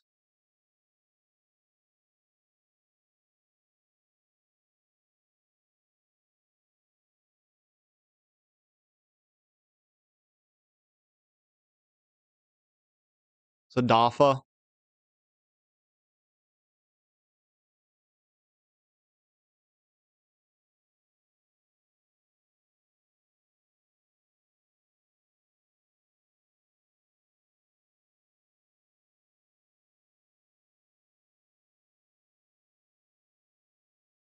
That's the thing that I'm afraid of is if the Bruno is left open. And if Vamos has a chance to pick it up. And then Nets is like, I don't want it. But then they're like, we got to pick it. Bruno mid. I don't know how to feel about that. I don't know how to feel about it. Warlord is like, yes, Pops, I can do it. I can use a Khalid mid. I can use a Bruno mid. What's today for dinner, guys? Right now, it does look like, okay, so she's tall enough. I can see her. So Eterna is there, you know. Shout out to Bude Clara. Shout out to Bude Clara. But now, we're going to go with Eterna, where it looks like she's alone. Or are you with someone? Let's throw over to Eterna. Thanks, guys. It's Eterna here, courtside reporter once again. And do I have a surprise for you today? Now, I'm wondering, do you guys know who Kazuki Official is? Yeah? You do? Exactly, yeah. Kazuki Official. Now, I've been hearing that he's apparently in the building. And, yeah. Kazuki! A lot of fans in the building. And I'm hearing that as a special surprise for all of the audience in the building right now, he's actually going to show his face for the first time ever, special for M6. Now we're going to walk over to him. And now the thing is, this is the first time that we're going to ever see the face behind the voice. So it's a huge deal. Let's call him over. Kazuki Official, please join us. Jeez! Hello, Kazuki. How are you feeling today? Yeah, it's an amazing feeling, and I'm a little bit. Am I gonna have a Warner Brothers shirt on? This is my first time to be here in such so confused. This tournament, and yeah, I'm a little nervous right now. It's okay. It's okay. It's okay. We're all here. We're all friendly, right? Nobody's gonna bite, right? You guys aren't. No, okay. Yeah. No one's gonna bite here. So, why after all this time? I've been hearing that you've been in the MLBB scene for quite some time. What drove you to finally, you know, upload your identity here for M6? I'm playing this game from 2016, and yeah, it's already been a while. And I'm start creating content from 2019, and this is already 5 years. And this is the first time we got an invitation from Moonchun to be in the tournament. So yeah, I wanted to come before also, but yeah, this is the first time we got an invitation. So this is the first time you've ever been to an M-Series event? Yeah. In any tournament. Kazuki's got what, like 1-point-something mil subscribers? Oh, it's an honor. Thank you so much for being here. Amazing. Okay, so now that you're here at M6, we want to kind of know, is there a particular team that you're supporting? I'm supporting every team because I can't be biased with any team because all teams worked very hard. Yeah, so I'm supporting everyone. Nice to have a turn on sideline. I especially want to see matches of Onyx PH. I want to learn more about their strategies and gameplay. Yeah. Why Fnatic Onyx in particular? I think everyone in India also love Onyx PH. Yeah, that's Kazuki Official. We are very towards the Philippines teams. Yeah, my mostly subscribers are also from Philippines. Ah, I see. So Fnatic Onyx, you guys have a lot of Indian fans over there. Very cool. Very interesting. What's the attraction to Fnatic Onyx PH? Is it because they've been doing so well? Is there a particular gameplay that you're excited about whenever you see them play? I just love the Philippines teams. Yeah, but it's still like I'm supporting every team because they work very hard to be in here. It's not easy to be in here. Yeah. All right. So coming back to your content, coming back to your YouTube account, what kind of content do you usually make? Like what particular thing really stands out about MLBB to you? I think we are covering everything. We are covering guides, strategies, and tips and tricks, events, patch notes, skin reviews, everything we are covering, even the tournament reviews. So I think there's nothing we are not covering. And we are the only in the YouTube that we are covering everything. Ah, okay. Is there a particular hero that you like? Favorite hero? Claude. Claude is good. Claude? Even now in this meta? Yeah. Yeah. Okay. You want to know my favorite? My favorite hero? Do you want to know my favorite hero? Do you guys want to know my favorite hero, guys? Are you guys curious? Yeah? See, I love the crowd here. Thank you, Malaysia. Amazing. My favorite hero is Uranus. Yeah. Do you like Uranus? I'm a MM player, so. All right. So before we wrap things up and we continue this best of 5 series, I want to know what you Big have W. or a message maybe to your fans out there who are watching right now. Okay, so Big W, Eterna. Thank you everyone. Big W, Eterna. Your love. Day one. It's big dubs for Eterna. I'm honored to be in here, and yeah, and thank you my fans from the India. And I actually came in here just because I want to be, I want our country to be recognized in this tournament. And I'm also working for that. In next 2025, we will establish a boot camp in India, and I'm working for it. And I will support many players in India. I will make opportunities for them. And we will also host tournaments in there. So guys, this is the time you have should again start the game, who left the game. This is I just believe in me and believe in Moonchun. We will have an opportunity to be in the tournament. So guys, this is the time. All right, thank you so much. We're gonna look out for that real soon. So once again, everybody give a round of applause for Kazuki Official. And we're gonna throw it over back to the panel.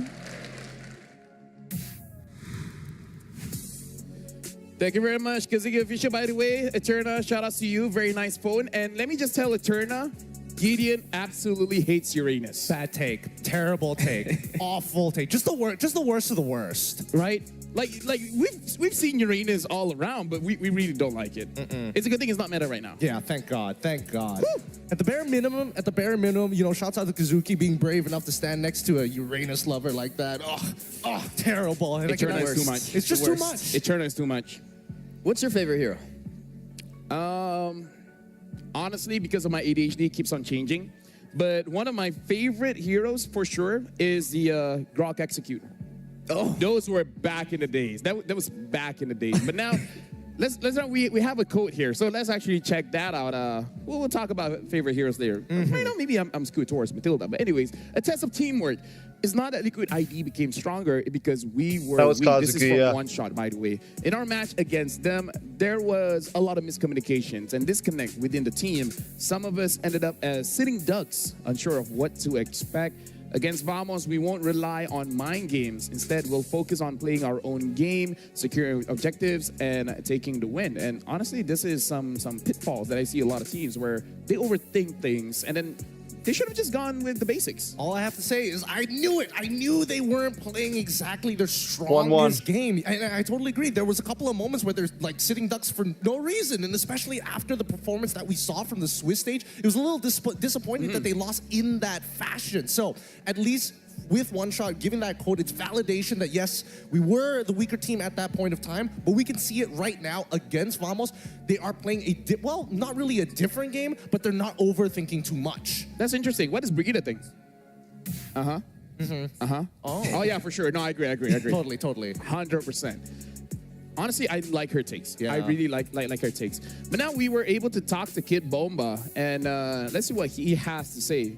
Could you tell us the reasons for your loss against TLID? And he said, we lost because it wasn't a team effort. Not everyone gave 100%. We'll also make little adjustments to our draft. I hope we can come back just like how we did after losing to RRQ. So looks like they're on the same page here. You know, it's like they understand where the mistake is. So step one is understanding where it went wrong. So step two, we got to see how they fix it.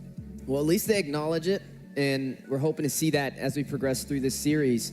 Now, both of these teams tied up 1-1. Today, it's make it or break it. Whoever wins this series will move on forward. The loser will be going back home. Oh, no.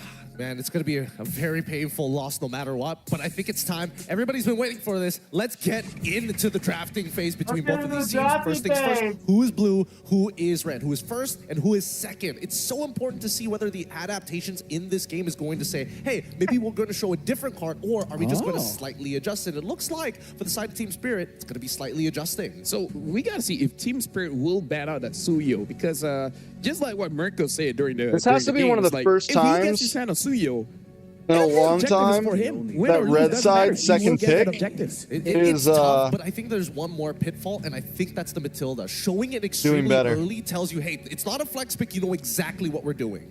And then also for Vamos' side, do they ban out the Bruno? Yes, they do. Bruno will be banned out again. Definitely has been a heavy hitter so far in the M series. Now, yeah, the Matilda is still on the table. What should I eat for dinner, guys? Be up for grabs. The Eve has had a good showcasing today as well. Definitely something you want to be a little bit more mindful of. But then also the Blue Yo. Well, I don't think they want to ban out Blue Yo this time around. Unless, if that's going to be an adjustment, I would like to see what, whether or not they're going to try and force the Joy into that Belleric matchup we've seen before. Phillies here? That just might be the case here.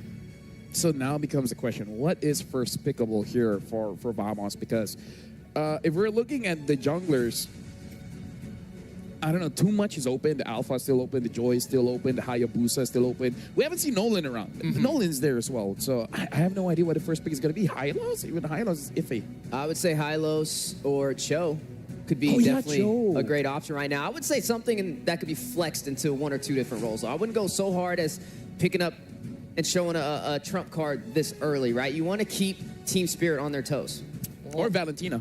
That's what I was thinking as well. The Valentina opener might just be the way to go. Because if you go into Joy, you're expecting the Belleric to be showing up on the other side. I can't go bum for Cho, and other picks I was actually looking at burgers. Hilda, it's strong, but there is still counterplay for the side of Team Spirit. For an example, putting Alpha in the jungle, it's like, oh, you want to harass me? I got true damage. I literally don't care. Could be a threat. Definitely have to watch out for it. I mean, the Fredrin could be another viable option as well, especially up against that Hilda. The Assassins is where you're going to kind of be a little bit weaker with that Hilda, especially invading on those buffs. So for Team Spirit, the ball's in their court. They can definitely go in for their gold laner. They can pick up their marksman super early. They have Mage Prio right now. They could pick up something like the Eve. They were comfortable running an Eve against the Valentina. Didn't work out in their favor, but they were comfortable with it. I feel like the Hilda is just to shut down the Granger and the Joy pick. And the Joy still got picked. So this is Vamos anticipating this Joy pick and try to fight against it. And now even the Matilda is picked. Vamos has an option here. They can go Hayabusa, which goes well against the Joy. Even the Fredrin does well against the Joy. So it's dessert really does sound kind of good right now. What if I just ate a bunch of dessert, guys? What the jungler pickup is going to be. Not saying they pick up gold now, but meaning whatever either Hayabusa or Fredrin can kind of give us some kind of clue. Valentina picked up first. Okay, no surprises there. I want to see which shows up first. Whether or not there we go. The Hayabusa shows up first.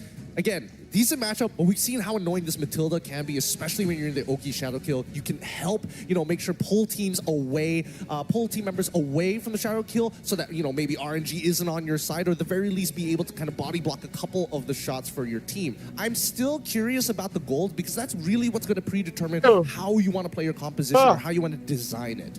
Now, you might want to go for a marksman with survivability just because not only you're going against the Hayabusa, but you're also going against that Hilda as well.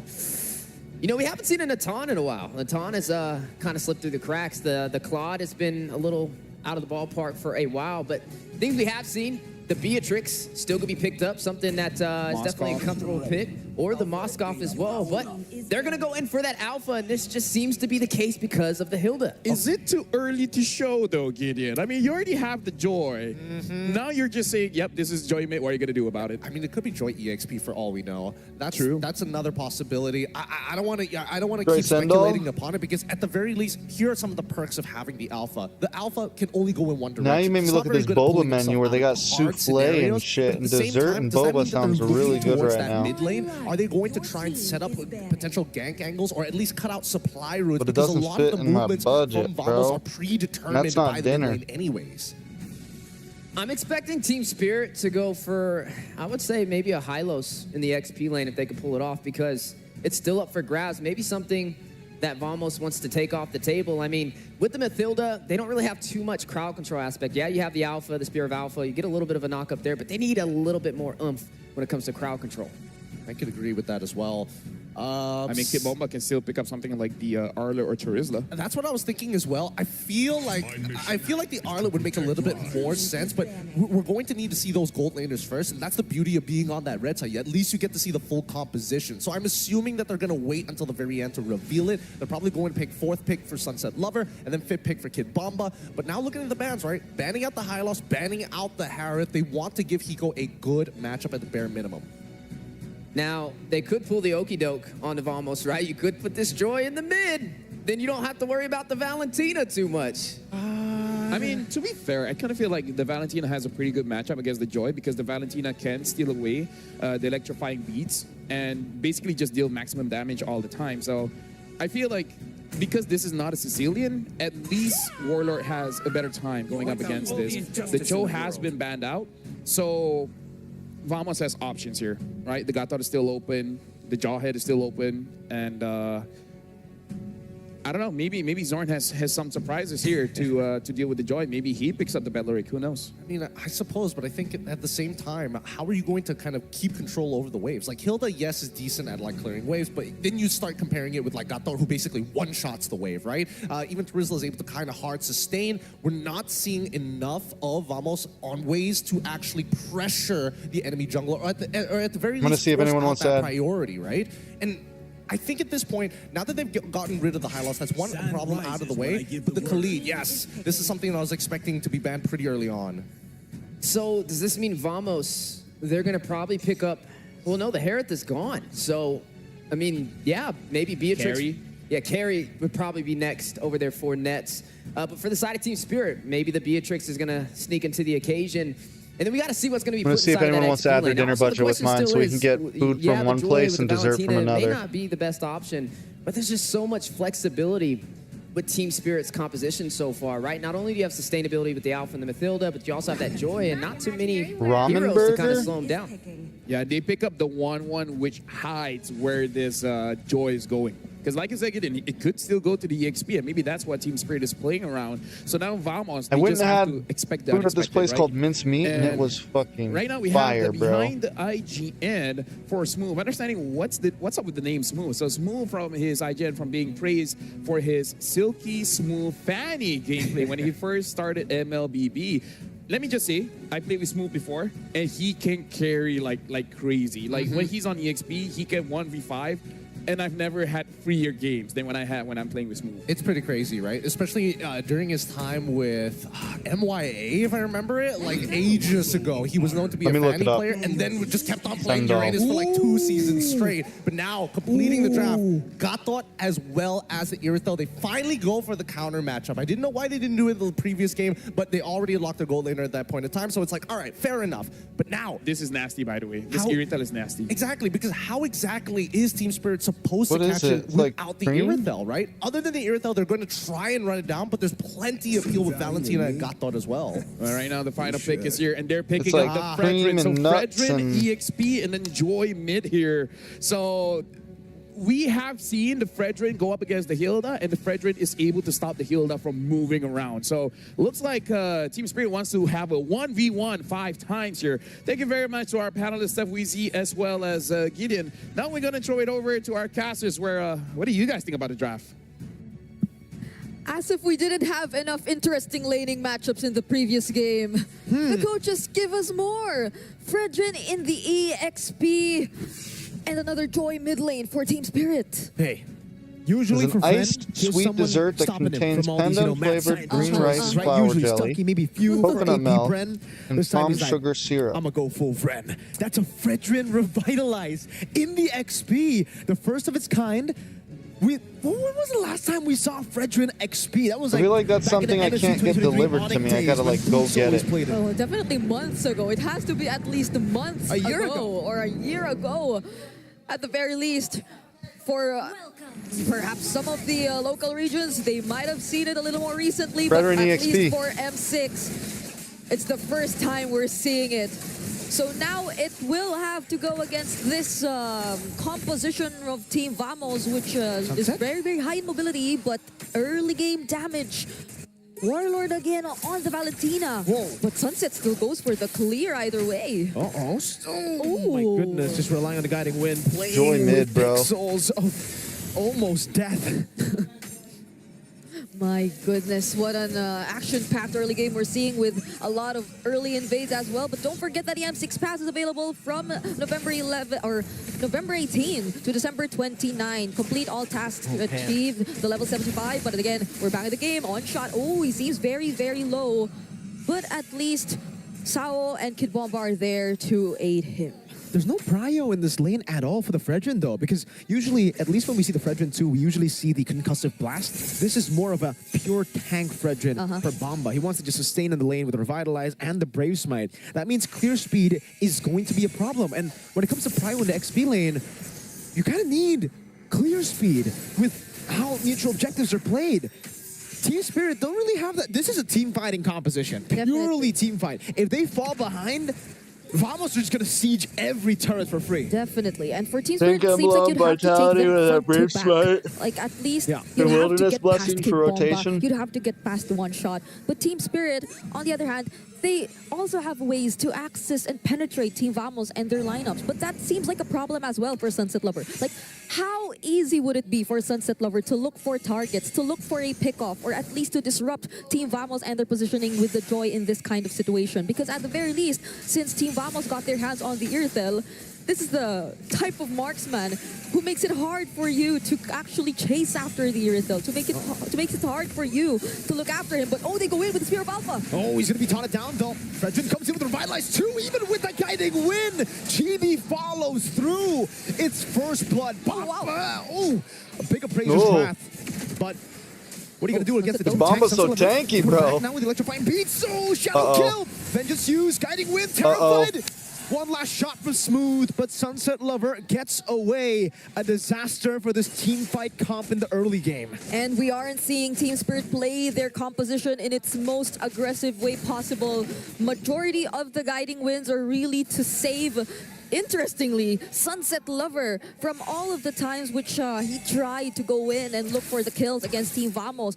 And I must say, the innate tankiness that Team Vamos has in their hands, even with just the Valentina who decides to constantly put on the pressure and join the skirmishes in the early stages. Is still satisfying. It is still satisfying. To take down. The Appraiser's Wrath is probably one of the most satisfying skills. The best situation for Team Spirit, but especially as far as we know, when Fredrin was broken and like you were killing people with it, the scaling, you were killing like fights, 2 or 3 people with a fucking Appraiser's Wrath.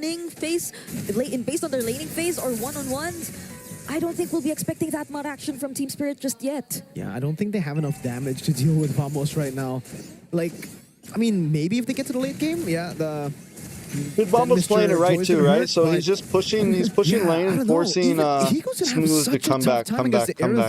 It's always something that, you know, I talk about. I'm a 1-1 main. Whenever 1-1's picked, I'm like, oh, please ban the Irithel. They banned the Harith, which I understand why after seeing last game. But the Irithel wasn't banned. They still decided to go for the first pick 1-1 in red side second phase. And yeah, Hiko's definitely going to have a very, very tough time in lane. In team fights, I can see how he can actually get the weakness points and fly by with Bomba getting CC. Let's see, Bomba, 3-man taunt. Okay, now there are just little exchanges of pokes here and there right before this turtle. They're grouping up. But this is the moment Team Spirit has been waiting for. It seems Kid Bomba, though, he's half HP. So they'll be dancing around this turtle for a while, and a lot of resources are still available, but as the guiding wind and the energy eruption. They're going to use the resources on the Smooth. AOG coming down, locking down. Sunset Lover in trouble. Sunset Lover very low. Chibi wins out the retro battle again. Defensive Spear of Alpha, Net's trying to run him down. Bomba walking back, and again, this team fight composition has not worked out in favor of Spirit just yet. It's Vamos securing all the neutral objectives. And how else do they make it work? If Kid Bomba, one of the most important frontliners here for Team Spirit, with just a brief moment of showing himself up against Team Vamos, gets poked that low, but Warlord, though, he will be spotted here by one shot and Sao. So at least they get a trade somehow, but that doesn't mean much. They're not able to necessarily convert it into other necessary objectives just yet. Yeah, I guess for Spirit, they're really waiting for mid-game at this point, but I'm concerned that Vamos might actually just build a big enough lead to stop that mid-game power spike from being a problem. Spirit are struggling in these individual lanes on top of the fact that the neutral objectives have just not gone their way. This Irithel is bullying 1-1 hard. Sunset Lover cannot lane against the Hilda. Smooth is just having the time of his life up top. Hilda Joy usually meet him in the jungle in lane. I think Hilda's like, whatever. and they're forced to send Sunset Lover somewhere else at this moment because you're not necessarily wanting to engage in all these fights. I mean, if it was just like pure sustain, pure tankiness. Team Spirit's not playing this badly. They have a lot in their lineup, but then it begs the question, where's the damage to? They're just really waiting for it to come. The damage comes at first Lord. Oh, they're waiting for it to come. Look at the damage, though. That's a bait. Shadow kill. Nets but he Sunset Lover did the same thing last time, man. Nowhere near enough damage. Even in game, what was it, game 1? Even with the vengeance. Game 1? Nets still had Sprint. He didn't even pop it. He was like, yeah, I want all the smoke. And I mean, Irithel, it's not like it's the type of marksman that you could just force to stop all those attacks from coming in, right? Like the Joy mid, have to find a way to stop it would have been even better if Sunset Lover just slowed it down. Like, I think this is actually a decent pick. AOG from Zorn catches 2 and Smooth bonks him in the head. Sunset Lover walks up. The electrifying beats is just the song of victory so far for Vamos in game 3. They're just standing there. They're okay with tanking all the damage from Team Spirit because there's not much. There's not much damage yet from Team Spirit. At the very least, Hiko, he's untouched. But then what now? Now it's a 3K gold lead and your Lord Spike doesn't matter. Or at least 2 members are left. But there's the stacks taken in from Warlord. But they're still not going to go for the engage. Team Vamos, all the while they're being very aggressive around the map.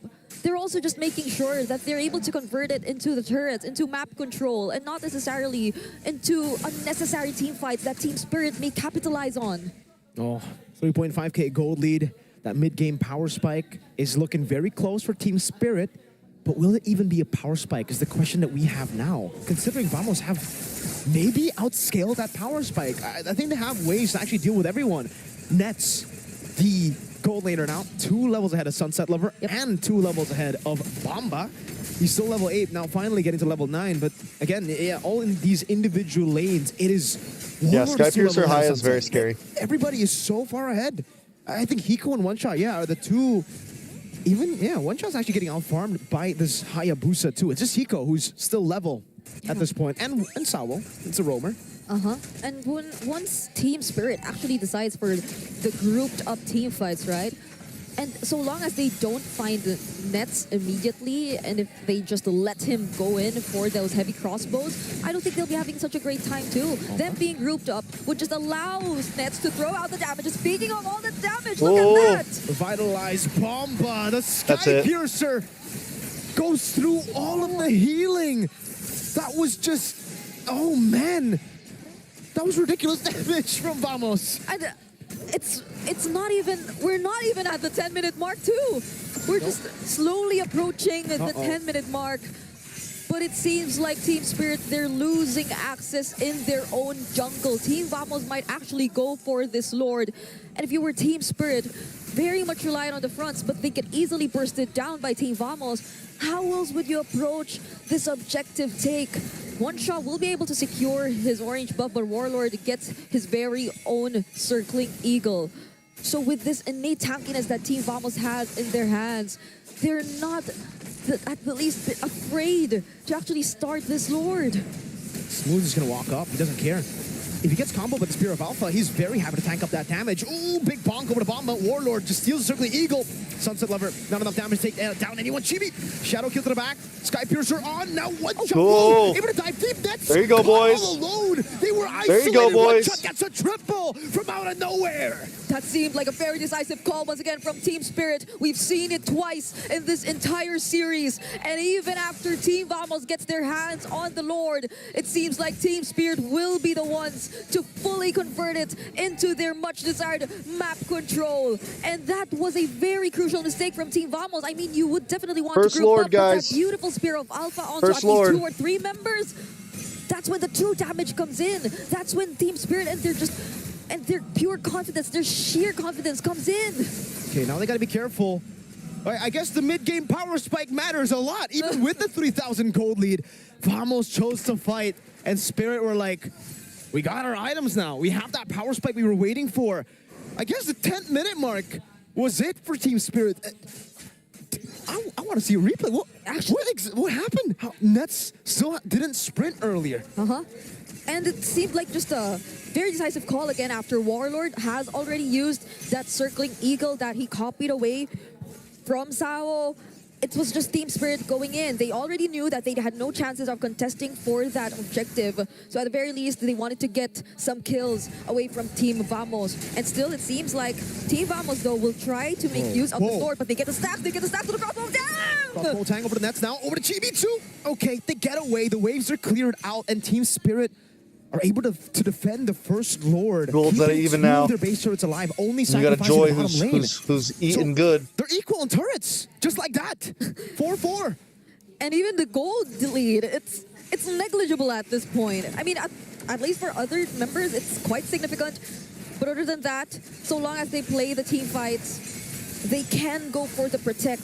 They can go for the create space kind of approach. And look at that double circling eagle. But they get to somehow pressure the purple buff from a Team Vamos. So we're seeing a closer fight right now. We're transitioning into the mid-game. And this is the game that Team Spirit wants to play.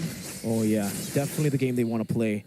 With that one triple kill, One Shot has equalized his gold deficit against Chibi, who was 2 levels, 1 level ahead of him over the course of the entire game up to that 9th minute. So now that he's equal, they have... Shadow kill. Sky Piercer not enough. Chibi! Caught in the back spot, Squirrel Valpa, circling eagle! And there goes your Sky Piercer stacks. Shut down! They just waited for the quad shadow. That was a big mistake on Chibi. Just there to provide the additional Big sustain. mistake on Chibi there. Wind, healing a little bit back of HP. The timing, it's a Lord! And that was the perfect timing for Team Spirit, as you've mentioned. One Shot also has his hands on the Winter Crown, so they can make some plays if they want to be more aggressive, but it seems like they're just going for the zone. So One Shot will be focusing on the Lord. Sunset. Smooth has some vision. Sunset Lover Full die! Sunset Lover with the vengeance again! He finds the hits, now he's jumping back again onto Warlord. It's baiting in. It just takes a little time for the Joy, man. Now, this is what I mean, right? Imagine if Sunset Lover didn't play so aggressive in the early game, and he didn't die early game.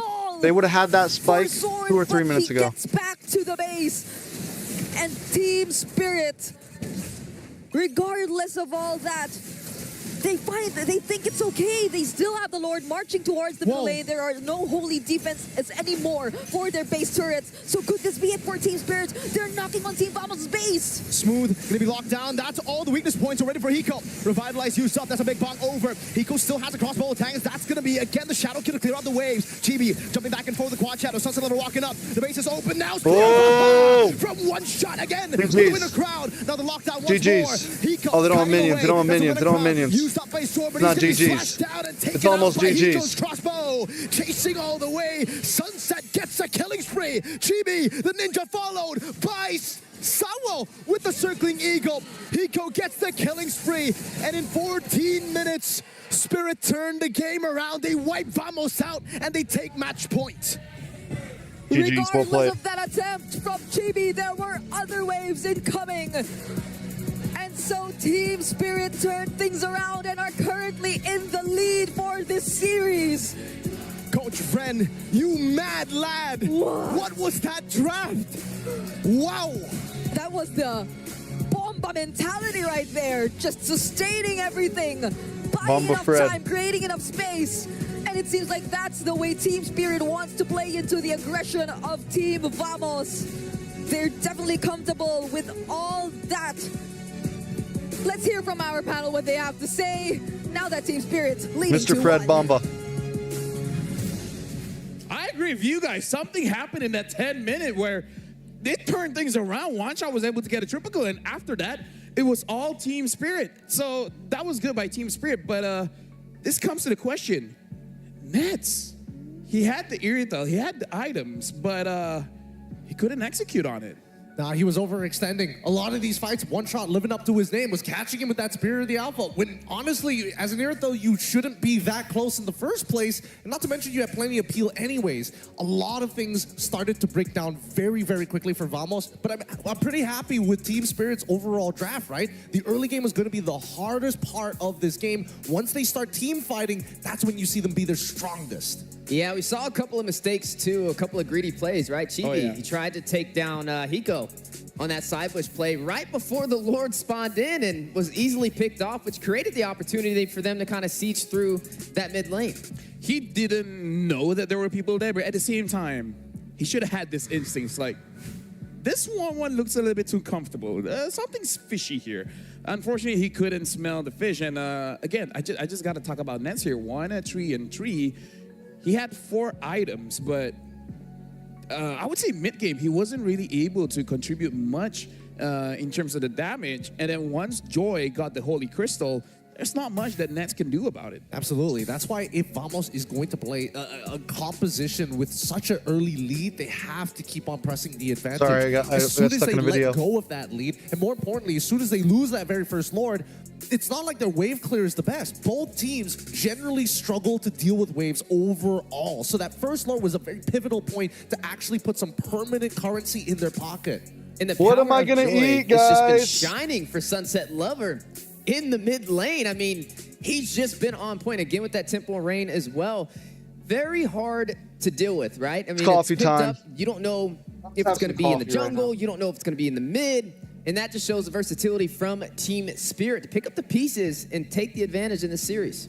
My only worry is that, like, the Irithel was an amazing pick against what Team Spirit has. So if the Irithel can do it, now I'm scratching my head. What other picks is really there for Nets now? Honestly, I'm guessing that they're going to go back to more comfort picks all over again. If you're unable to not only win out your lane, which I think he was trying to do his best in doing so. Hiko played a strong game as well with a lot of support from the rest of his team. But once these 1v1s were done, these team fights have just not been looking as clean, right? We saw the early game movements coming in from Vamos specifically, and based on the damage, everybody was getting involved, right? Zorn was creating space, even Smooth was rotating out of his lane really, really quick, knowing that Kid Bomba doesn't really come online until he hits level 4.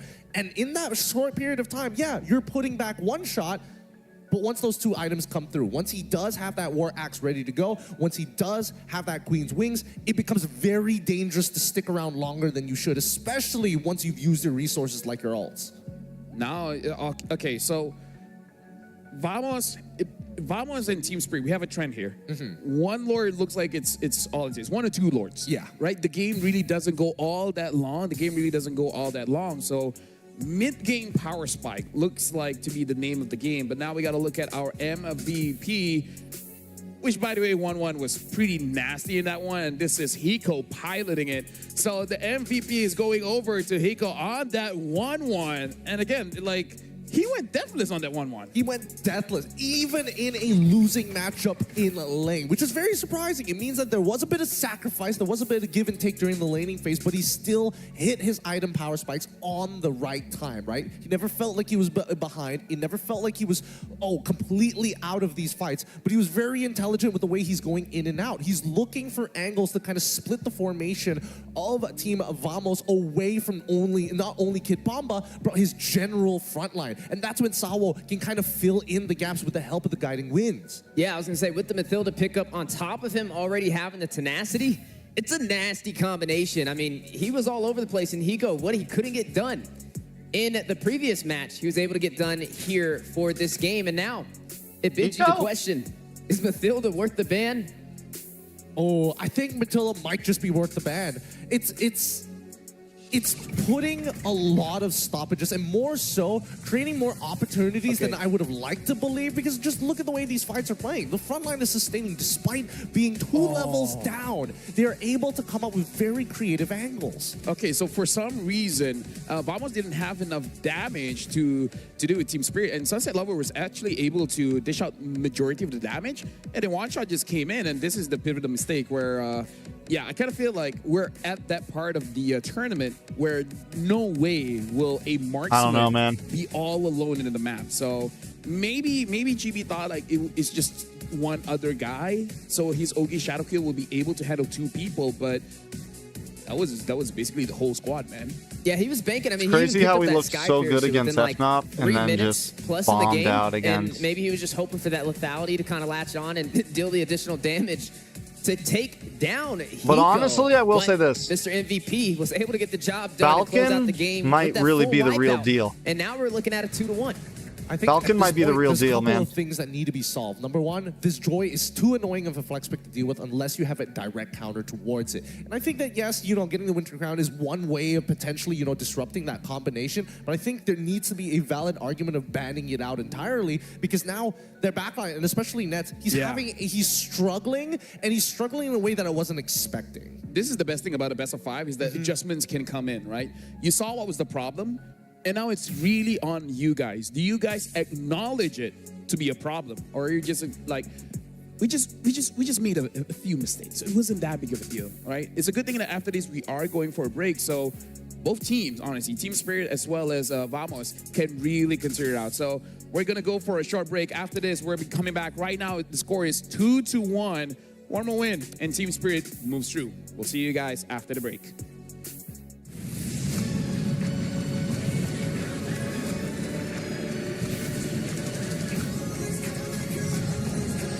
What do you think about the M6 venue? The current venue, it's definitely a little underwhelming. We can say that, right?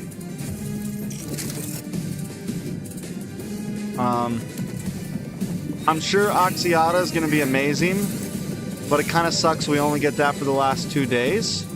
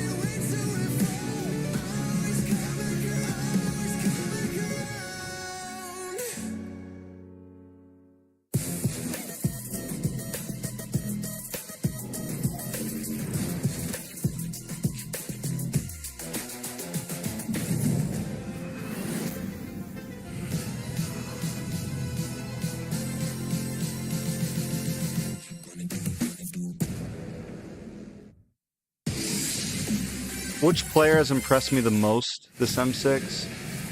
Ooh. Up and comer? What do we mean? Just in general?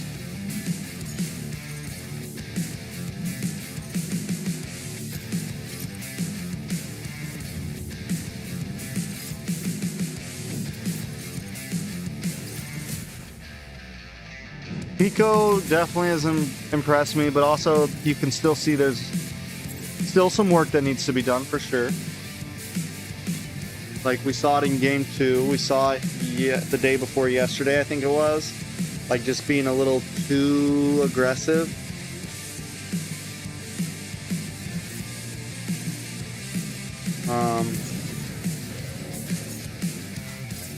Kelra and Frince, man. Kelra and Frince, Super Frince, are just...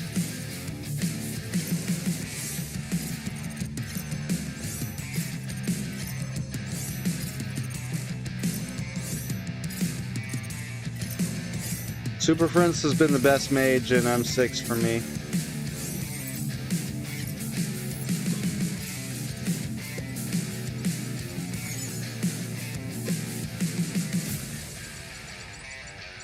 Aaron Shiki's been great. M7 where? We'll see. Can't tell ya.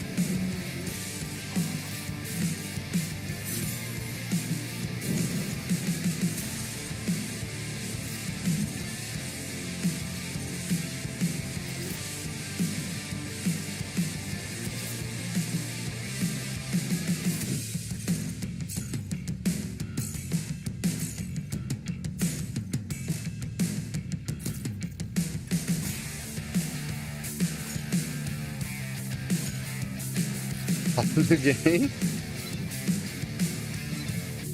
No, I don't think it'll be there.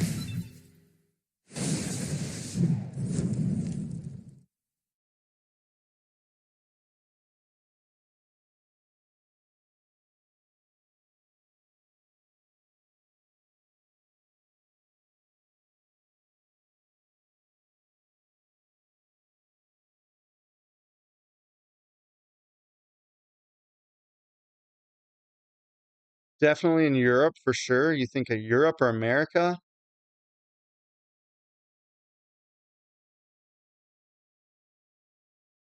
I don't think it'll be in Europe, America,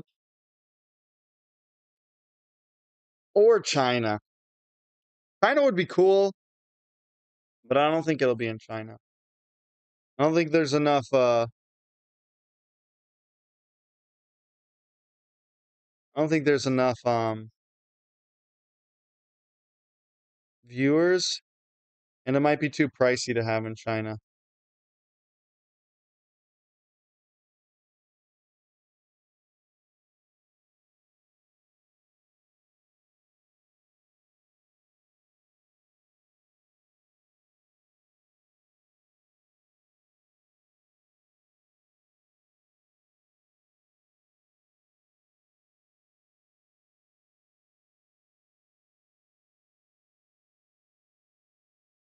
All right, we're coming back.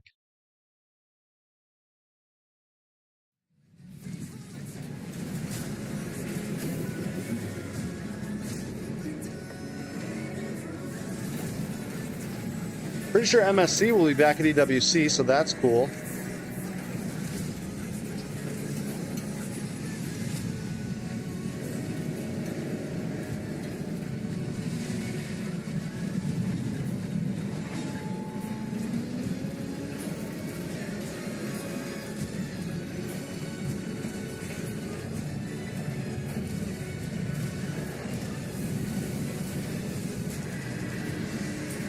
Do we think Team Spirit 3 wins this?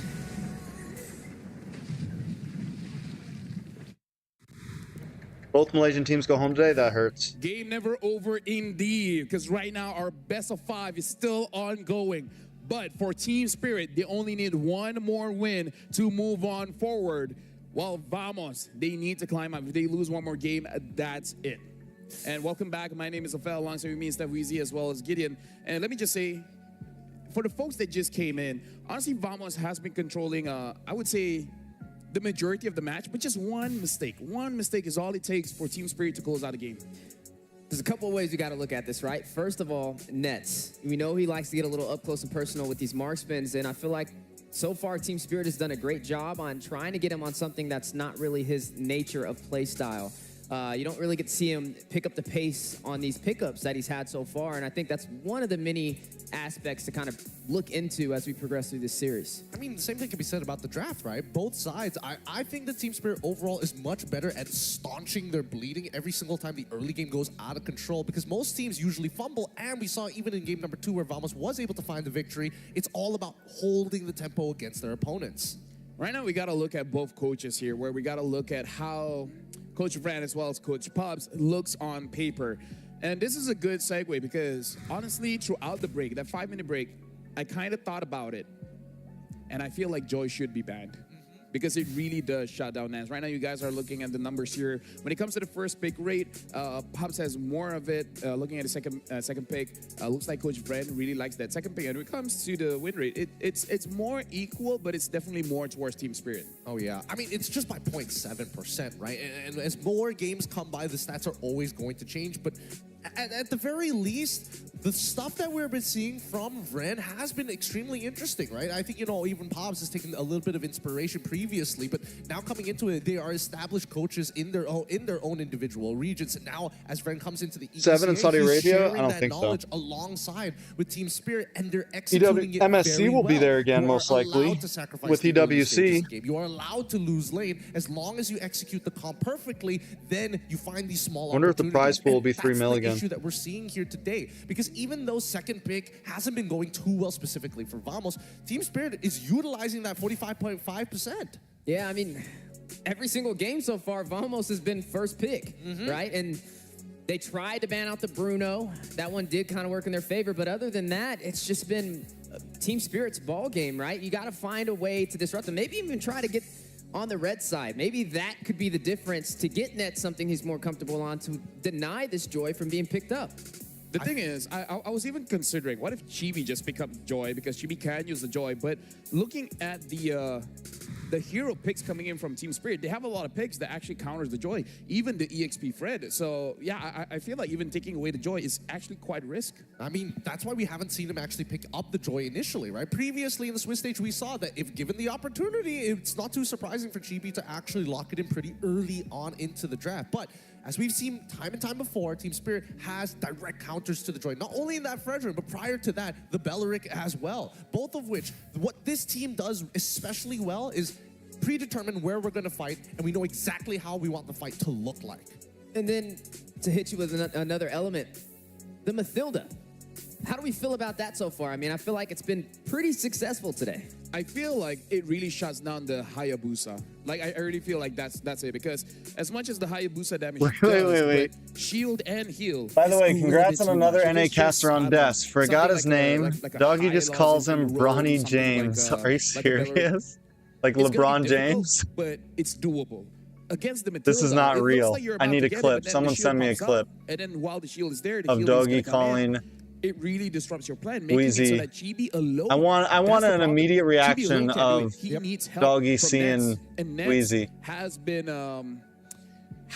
dealt with the Joy. So it looks like the Matilda is to go up against Chibi, and then the Joy is to go up against Nets. Both damage leaders are not in the fight. How are you going to win? Yeah. And I think that's, right now, I think that Vamos is trying to figure out the best solution, because they have to invest in one of these players. We've seen games where, 6.6 million as long as Smooth has a winning matchup, maybe we can influence the lane even more. But you got to win 2 out of the 3 matchups, whether it be gold lane, EXP, or even in the jungle. And really the question is, most of the time is that mid trio. Now, so far we've been seeing that at least for Team Spirit, they don't mind losing the early game. They expect Vamos to do a very good job with the way that they rotate, but at the same time, they're also investing in their players like Sunset Lover to give him farm on the opposite side of the map to make sure that he hits that item power spike on time, and same goes for Hiko, even willing to sacrifice jungle just to make sure that he has enough funds in the bank.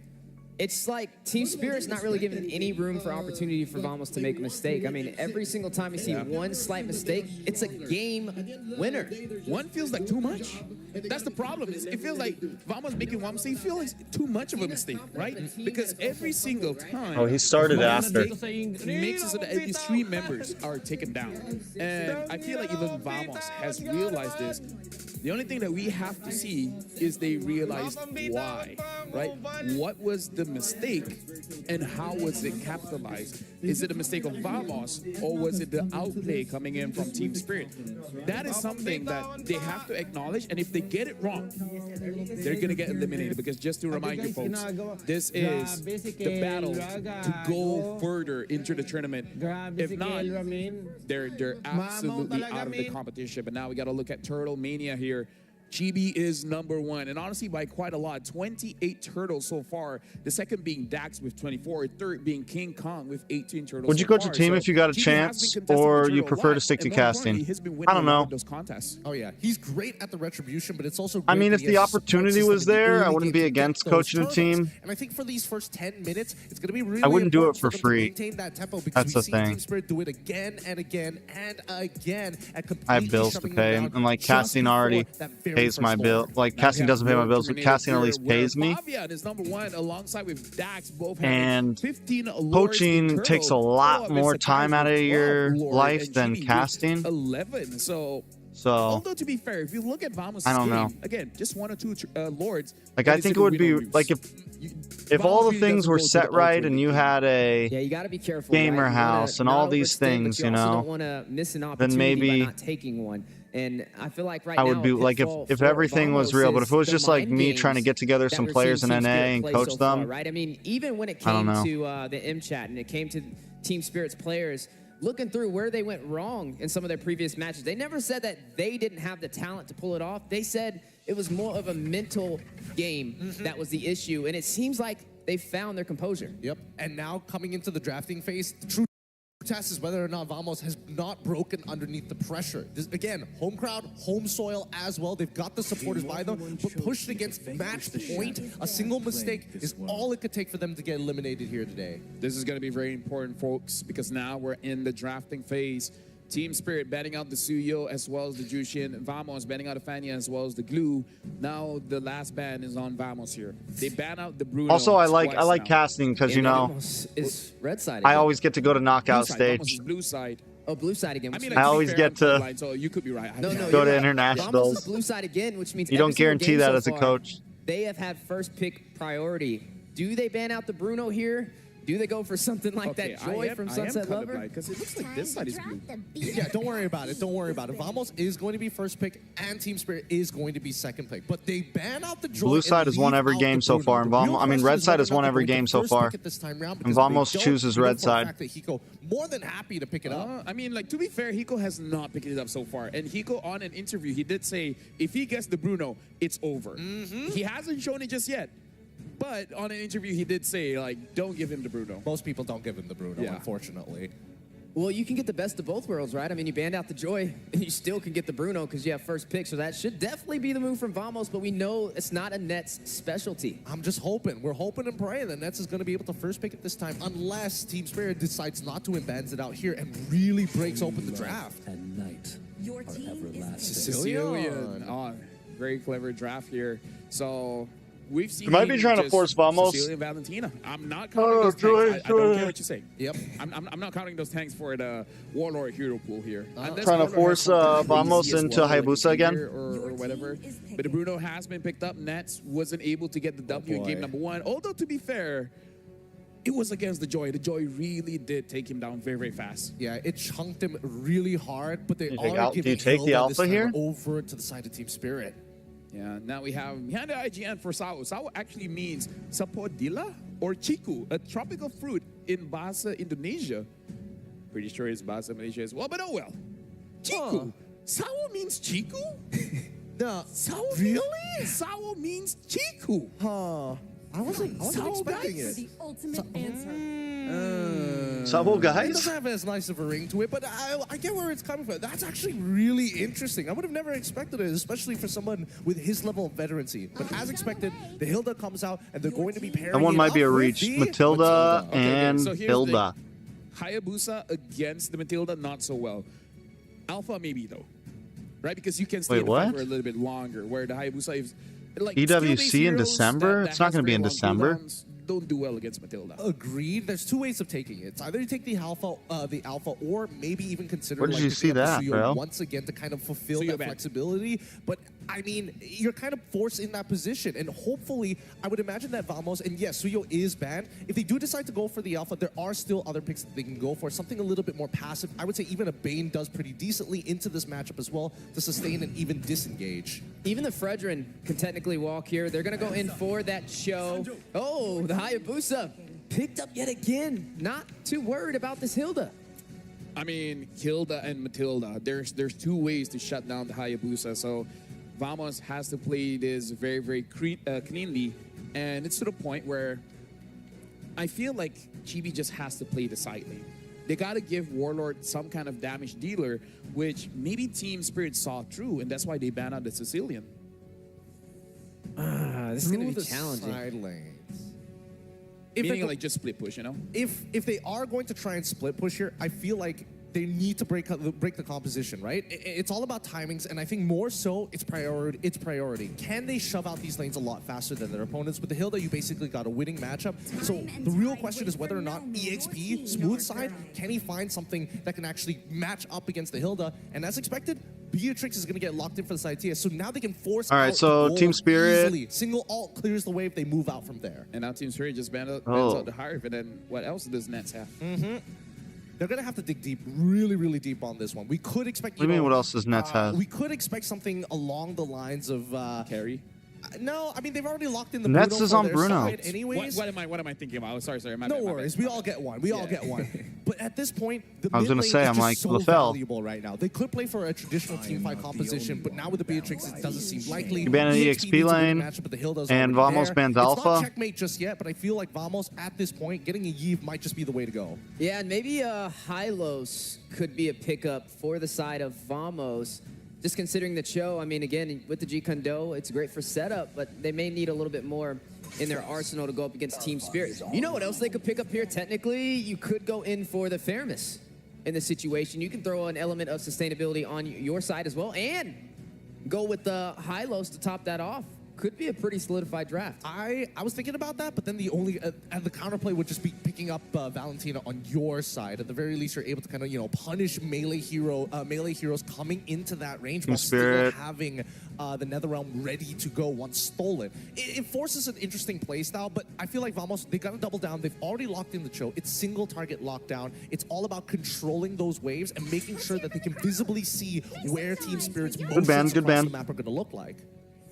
There we go. CC banned off the board. For they ban another jungler here, so we got they ban Fred here. Due to that Hilda, right? They don't want to have the easiest way to match that mobility to go up against it and get to the back line with some great pills. So now we got to look at the mid lane matchups, right? Sunset Lover, he's been on one shot has to go like Ling or some shit. It's taken off the board. What does he run now? Alpha, Joy, Suyo. There's a lot of answers from Vamos to shut that down. Yeah, they can still pick Alpha, up the Joy, Suyo, all banned. Hayabusa picked up. From Warlord. Again, they're gonna have to go if something different here. Maybe the Ling. Against the Beatrix, you kind of need range. You're talking about Eve, Barsas, the likes. There goes the Fredrin ban. Knew that was coming.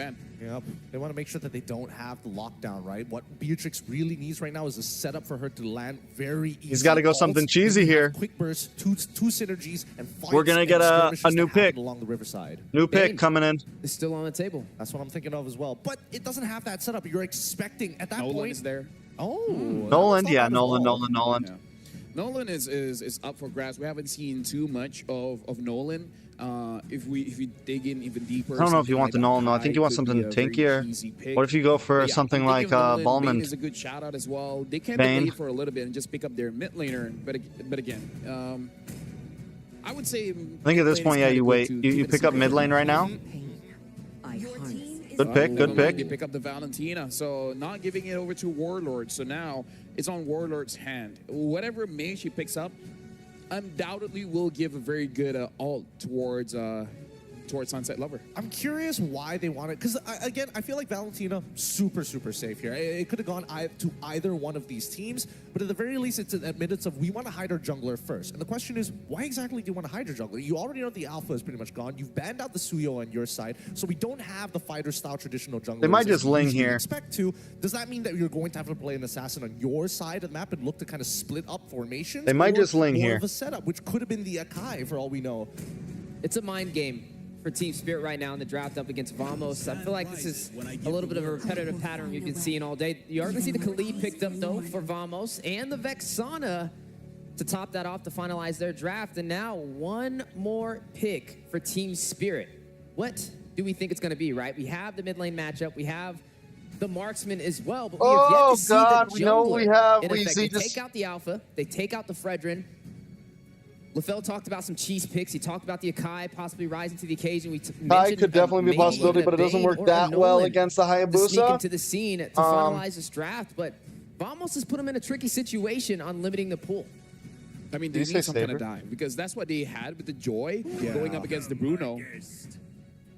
So it looks like it's going to be the Bane. Yeah, like we talked about it, the Bane does get picked up here. So now Vamos going up against Team Spirit. Again, just to remind everyone, if Team Spirit wins send a link here? that's over. Send it in Discord. Eliminated. Thank you very much to both our panelists. And now we're throwing it over to our casters, where potentially this might be the final game of this match. Our panelists have mentioned it. This is potentially the last game of this series. Welcome to the Casters Desk. It's still Brigida and Mirko bringing you the action. And this sounds like a more holistic approach to drafting from both of the coaches, but still, there are a lot of hero synergies that we have to watch out for. Mathilda Payne, Mathilda Hilda, but Vamos, they have equally the same amount of reach and potential to surprise Team Spirit. They got a lot of combos too. The Cho should be a way, at least for the first turtle, to lock the Bane down. But later on, it comes down to how One Shot utilizes the deadly catch. Because you can cancel Jeet Kune Do when you use the deadly catch. It comes down to timing. Here, I'll post it in the chat. Elimination match. Yes. A lot is at stake, especially for Team Vamos, as they're definitely looking to extend this series. Fighting in their home ground, they definitely would want to proceed in the lower bracket. But will Team Spirit let that happen? One thing I would definitely want to talk about, as mentioned by our panelists, is wait, Zorn? An early steal from Zorn. He didn't even let me finish my sentence. That's the... I would say that's why a lot of jungles don't go for the retry early, right? But One Shot went for it, wants to go for the fast clear. In the end, it backfired by a lot. Zorn claiming first orange. So far, a really great start, aside from the fact that even Smooth is able to cut his lane immediately. So Team Vamos, they're playing the early game really well. Man. One Shot, oh no! First orange buff and first blood to Team Vamos. And now Team Spirit, they're in a bit of a pickle. Zorn wants to continue this. Bomba walking forward against 3 members. That's the guiding win to get him to safety. But Chibi's already level 4. 2 whole levels ahead. Whoa, Bomba dealing a lot of damage on finalize as well. Shadow kill in towards the camps. Bomba surviving the cruise. Bomba! Smooth. Unable to Well get the played kill by Bomba. As well. What? Sawo gets the kill back on Chibi. I think... Oh! One shot with a bounce. Kid Bomba was okay with that. I mean, they went in for the skirmish right inside the bushes, and we know how the passive works. And even towards the bottom lane nets, it seems like he's having a great time up against Hiko. But after that moment, Team Vamos, it seems like their momentum was suddenly halted. They're not as aggressive. They're still up in gold. Anymore. Team Spirit, you can't afford to make those mistakes. The panelists Chibi dying though is big. Such expensive mistakes, Team Spirit, they punish it really Why is One Shot only level 3 though? Oh my goodness. Oh, because he lost his orange. Still not level 4. Chibi level 5, so or it's purple or some shit. Be an advantage to Vamos. Zorn getting chased out by 3 members. Raging Sandstorm from Sunset Lover 2.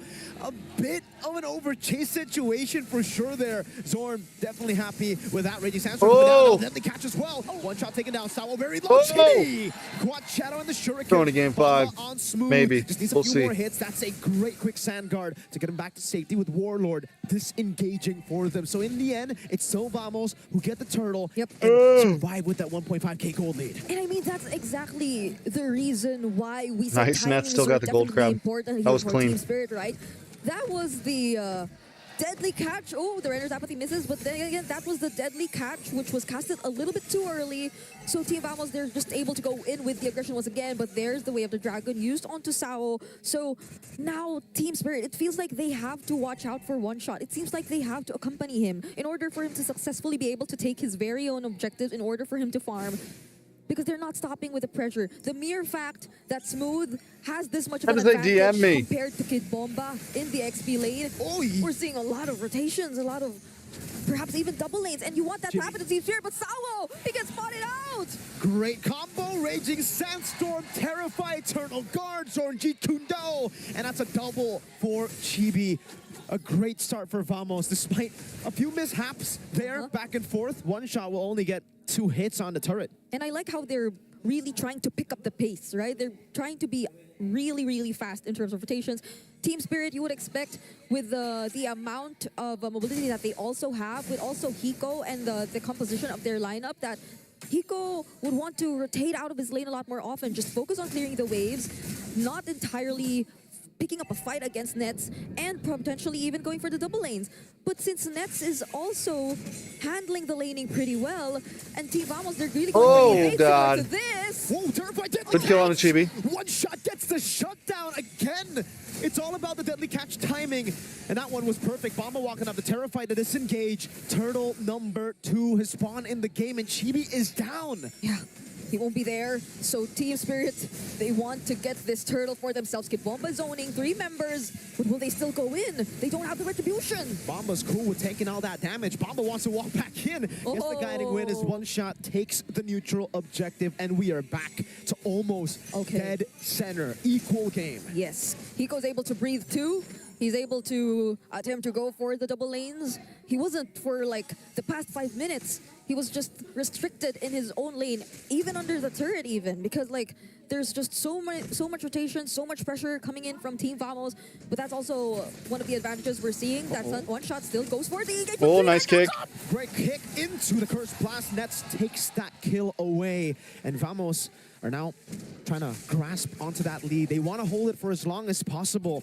But that big lead that Chibi had over to one shot is no longer present, right? One shot is also level 9. That's a good shot from Hiko too. Nets, though, is doing a very good job right now on the Bruno up against this Beatrix. Zorn, he needs to be on point with his picks. Every single mistake, Power from Smooth, targeting on the way of the dragon, and especially if it's not well coordinated with the other members of Team Vamos, Team Spirit, they have a lot of ways to punish that. Aside from the deadly catch, Lee, are we going to game 5, boys? There's the Terrify and the AoE ultimates coming in from Hiko. We'll see how this goes, because Team Vamos, they're starting to group up a lot more often. Checking out the items, there's not much of a difference in terms of the lane-to-lane matchup, but oh wait! Oh, he bet its rage! It's actually going to be turned around. Kid Bomba taken down though, Smooth, able to chop enough damage. Sunset Lover goes over to Terrify Chibi! The assassin coming in the end to assassinate Sunset Lover. That's a 2-for-1 as the Bane gets a turret up top, but it is traded by Vamos in the bottom lane by Nets, who is still free farming. Team Spirit, they have to be careful with this. I mean, I think they're sort of willing to accept all the pressure and all those kills that Team Vamos are getting off them, since one shot he's really consistent in looking for the trades. He's just trying to always make sure that at least the opposite lanes are shoved and at least a turret is taken down for Team Spirit. But then if they get more and more kills such as this, oh no! Raging Sandstorm into one shot now, deadly catch, but it's Rage! Hiko getting the combo down, Smooth very low, still has a quick sand guard, no CC available, Eternal Guard not connecting though. Smooth running away, Sunset Level with a chase, Smooth should fall, unless, no, he will be taken down. Vamos will be happy with the neutral objective trade with one shot and Smooth. Smooth and Sword, I'd say they're really doing a great job. Amazing. At buying time, distracting Team Spirit, and preventing them from just keeping their head in the game and focusing on the trades that will not allow the lead to grow that big between them and Team Vamos. Each and every time Team Spirit chase after the members of Team Vamos, it's always either a neutral objective or a turret, as we're seeing right now. So Team Spirit, they're starting to feel that they're really behind. 2K goal lead for Team Vamos. And imagine, Chibi doesn't even have his hands on the Sky Piercer just yet. They're just really this much ahead and focusing on the damage. My question is, does Chibi even want to go Sky Piercer this game? We saw how volatile both these teams can play just last game, and Chibi had a Sky Piercer. He had a lot of stacks on that Sky Piercer, and when he died, when he got shut down, he had to sell it. That became a very useless item towards the late game. So I think for Chibi, it's safer to go for normal items, right? Just go for the Elphic Roar, Hunter Strike, maybe a BOD as well. Zorn has a great position, but gets spotted out in the bush. It's the Pixel Brush now. Hayabusa up top, Chibi still just farming. And based on the items that I'm seeing, Chibi is not going for Sky Piercer. Yeah, he's not. They're just going for sheer aggression here and damage. Both Chibi and Nets are doing really well. Nets hasn't even been picked off by Team Spirit just yet. Not to say that they have the pickup capabilities, but whiff, big whiff, no, Smooth follows up, well played. On towards Mr. Bomba, Raging Sandstorm from Sunset Lover! And Hiko gets the Nibiru's Passion. Bomba still surviving. Oh, Sawo with the save. Wow, Warlord down. They want to go for the chase, it seems. Hiko, no flicker, has to be careful. Team Spirit, they got that fight turned around. Clutch Flask of the Oasis. Sawo even using the flicker to ensure that Kid Bomba is within range. So now it seems like they will be accompanying each other a lot more often, trying to make use of the range of their capabilities to take some objectives away from Team Vamos, but they have to be wary of Zorn. Zorn's been on point on his targeting in terms of the way of the dragon, but oh, there's the Medic Rage already used! One shot still able to get it. The turnaround, the turnaround, the turnaround.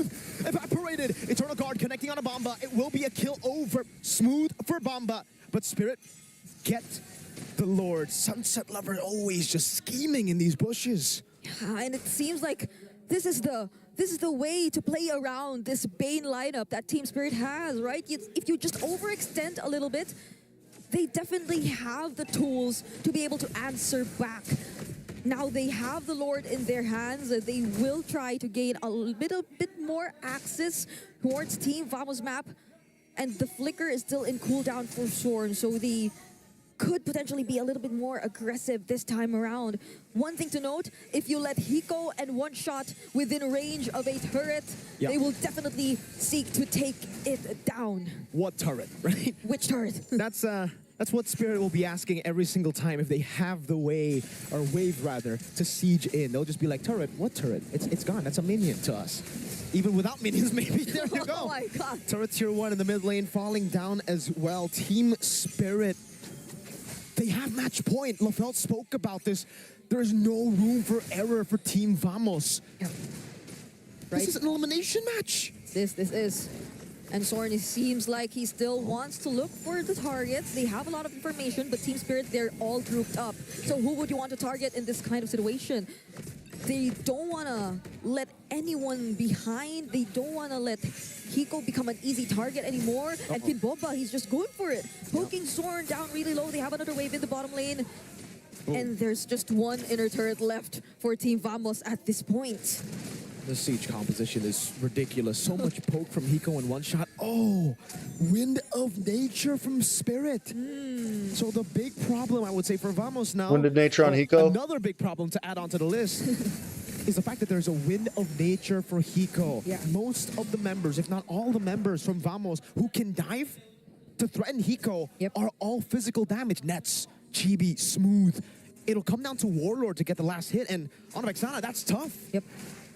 And this is the type of gameplay. Why is Zorn so behind on gold? The first When he's only died once. To the Bruno and the Siege comp, Team Spirit were just able to play so naturally with the Beatrix.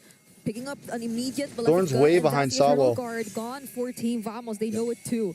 26 seconds before the next Lord. But prior to that, it seems like they want to go for a play. They're scouting for Chibi, but does Chibi know this? I don't know. They don't see anyone on the map, and they do see Hiko down below, so it should be a sign. Nets picks up the Wind of Nature as well, so he will have similar amounts of outplay ability to Hiko. That's a great sign for Vamos. Signs of life, I would say, in this match point position for Team Spirit. 1.7k gold lead in the mid game. Comes down to a big fight. Yep, Sorn is looking for a target here. He's waiting, but they will be able to spot him down. Oh, they use the Circling Eagle first onto Sorn, and they spot JB too. Eternal Guard. Oh, so many ults gone. The flank there, and Team Spirit are just playing it so Eternal Guard gone. Lane, slow pushing. Sunset Lover has nothing right now. Yeah, Smooth trying to look for an angle Take too. Sandstorm. But Team Spirit, they know it. Oh, that's a 3-man knock once again. Big kick. Hiko, the deadly catch comes down. There's a Wind of Nature. Hiko still able to kite away. Smooth gonna be locked down. Chibi gets the retribution, but two members have fallen. Sunset with a chase. Nets with a worldie. That's the bounce of the crab claw cannon. Nets sliding tackle. Hiko with the dash forward. Nets able to escape the guiding wind. Gets him closer, and Nets escapes. Now it's the Lord that will be dealt with by Team Spirit. They will be able to clear this Lord super quick. With two members down, can they get more? He doesn't even walk past the tier 2 turret. That's just how quick Team Spirit are able to deal with it. And they are looking to get even this sole remaining inner turret for Team Vamos. Oh, our Wilderness misses. But they take out almost all turrets away from Team Vamos. This is a problem now. That was almost perfect for Vamos. They got the kick on Hiko yet, but it I think that's did G's. not get a kill. They didn't get Hiko. So what does it take to take Hiko down? They just have too much peel. The Deadly Catch, the Valentina Terrify, the Mathilda. Let's see. Look at this. Yep, Nets was comes in. on Hiko the entire time, but the heal was there, even the Wind of Nature. Everyone got pushed back, so no one could damage Hiko. The members who were trying to go in for the backlines, namely Sorn and Smooth. If Team Vamos were just a little bit closer, if they tried to go for the more committed follow-up, that could have been a wipeout too for Team Spirit. Definitely. So it's nice to see that Team Vamos, they're being very cautious with their positionings as well. Knowing that Team Spirit is one of the teams you have to watch out for in terms of the team fighting. So one unsuccessful play, it seems like the immediate call is to back off, especially if you know that you are at a disadvantage. But speaking of a disadvantage, it is Smooth. Oh! Smooth able to back up, gets out of the... Sawa will get that circling eagle. Hayabusa spotted up top. Team Spirit will just set up for a slow push towards Vamos. They're the ones who want to pressure the lanes for Team Spirit this time around. Because Team Spirit, at the very least, you need someone to always be with Hiko.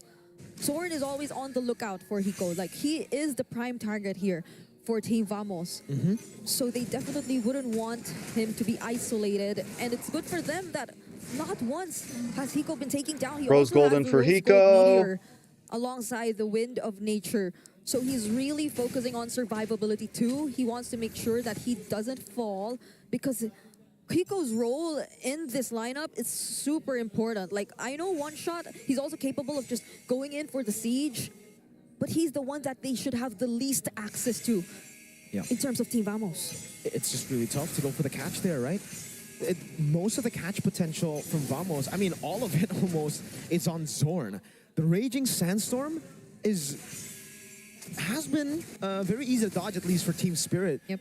I don't know, I guess they need to try to like go in together, right? They need to try to bait in some of these flickers out, because if they still have flicker plus that Mathilda guiding wind, it's just so tough to go for one shot, to go for Beatrix even.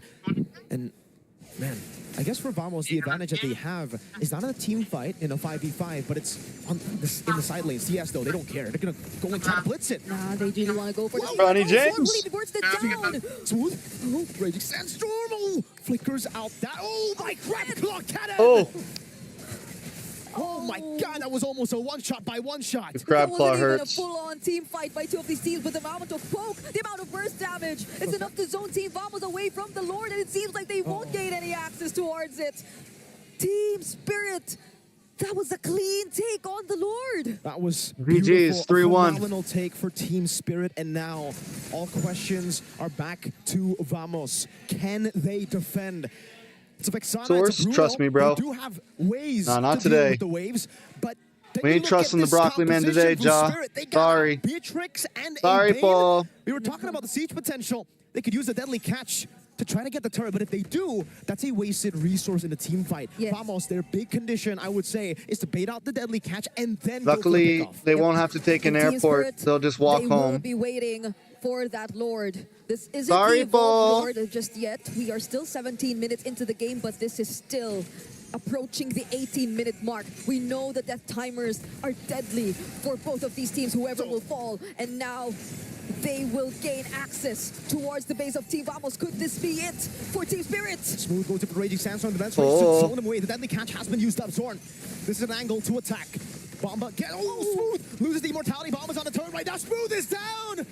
The Lord taken down, dealt with the Terrify and the Wishing Lantern. Over to Hiko. Nets gets the Rose Gold. One last attempt. Oh my This is a dangerous finish for Team Spirit. They're risking this. Team Vamos, is this it for the hometown? Oh god. Able to get the way of the dragon, but he gets the kick back towards Good Bomba down. Hiko with a nature. Nets cutting down, but the Beer's passion still able to slide tackle forward. Hiko and guard. That's the game. Fuck. Hiko very low. Oh, they're down. They're done. They're done. They're done. They're done. GB. I told you it was a dangerous finish. What are they doing? M6 World Championship. Warlord.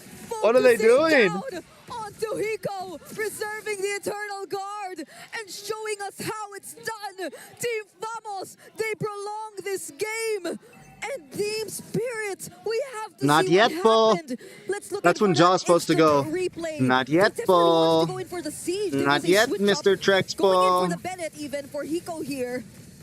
But there was just not such yet, a well-timed Trex. Eternal Guard. They're and still that alive, Paul. Nets as well. And the follow-up from Chibi, that cleanup. In green hair, man, we trust, Paul. For Team Vamos. That was so well played. Nets, and Chibi. Great ultimate by Warlord, like you said. If it wasn't for that Eternal Guard, I think Hiko would have actually gone enough space to maybe not kill Nets, but maybe kill the base. He was locked in. He was just so focused on it. We mentioned the switch up. So now Team Spirit, they'll have to back off once again. And we're probably waiting for the next objective, which is this time around an evolved Lord. Yeah. So you'd want to accompany this if you were Team Spirit. That's where your strengths lie too. It's really in your siege potential. But for Team Vamos, would they want to just burst it down the same way? Because I feel like if you were Team Vamos in this situation, Hero is definitely one way to approach it. But it seems like it's been unsuccessful for them. They really You wanted to mentioned force that the finish, man. Countless times the Way of the Dragon has even They really landed wanted to force onto that Hiko. finish, man. But the follow-up seems to just be absent for Team Vamos. So how will they deal with this time around? They're so grouped up, it hasn't even really been the follow. Oh no, Zorn! Able to dash out.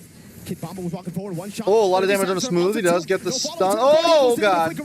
Smooth flickers out as well. Now one shot, no immortality. Chibi with the retribution. Should be able to take it. Once again.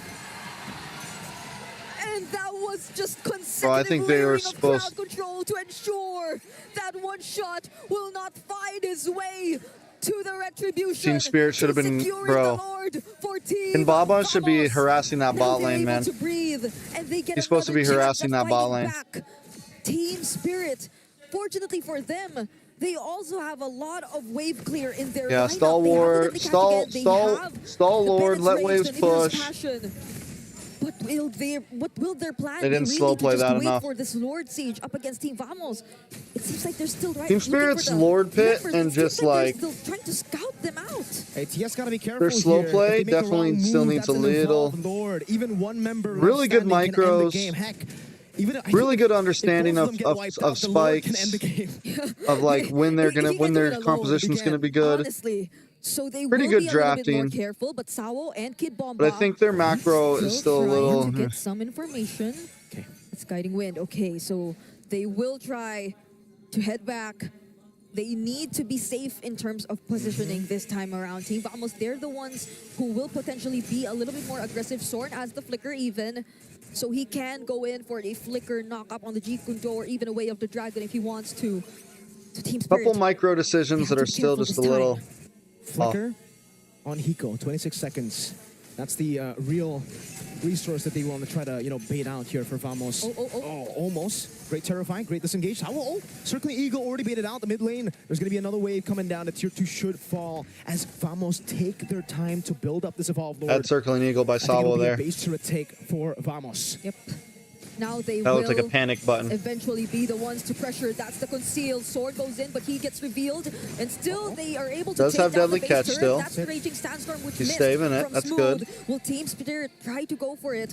Because they'll just be focusing on defending the Lord for now. What a close fight. We're beyond 20 minutes in this game, so I think the statement, you cannot afford to make a mistake, matters all the more now that the death timers are probably taking more around 60 seconds if you fall in this particular situation. Wow. One shot. Like I'm on autopilot? Yeah, it happens all the time, bro. 1,758. Did he build full damage? Not even. Like in life in general, like moving around, I do it at work all the time. Not casting, but at work. Zorn's going to be spotted out.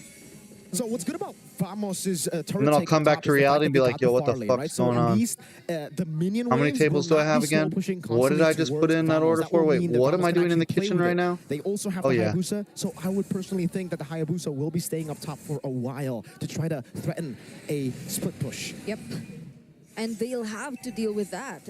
And for Team Spirit, who always wants to group up, that'll be a problem. Well. But now that they find GB away, they seem like they want to go in for the fight!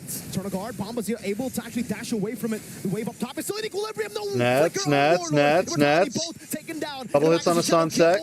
Watch out, one shot. Survive. Warlord is down. Hiko getting them down slowly but surely. They find one. Revitalized. GB, can he run away? He buys the immortality. Hiko has the flicker. That's a conceal Nice conceal. defensively. Warlord is down. What is the decision by Spirit? Team Spirit might just want to go for the Lord, but Smooth is there as well. He's not letting them out of sight, but Sunset Lover knows that that is the plan for I think Team Hiko Vamos. should have Will cleared they go that for the wave. first down? Chibi is still here. He also has the retribution, but Kid Bomba, he says, let's go for Smooth. Chibi in the back with a shadow kill again. Zorn jumping in, Raging Sandstorm. Eagle Oh, places Zorn the down. nature perfectly. Zorn is down. That might be Now G's. another That might be to add G's. That on might to be the death G's. tally. Team Spirit on the Evolved Lord. 24 minutes in. They should be able to take this. And Vamos, there's just one question again that we've been asking the entire game. Can they defend?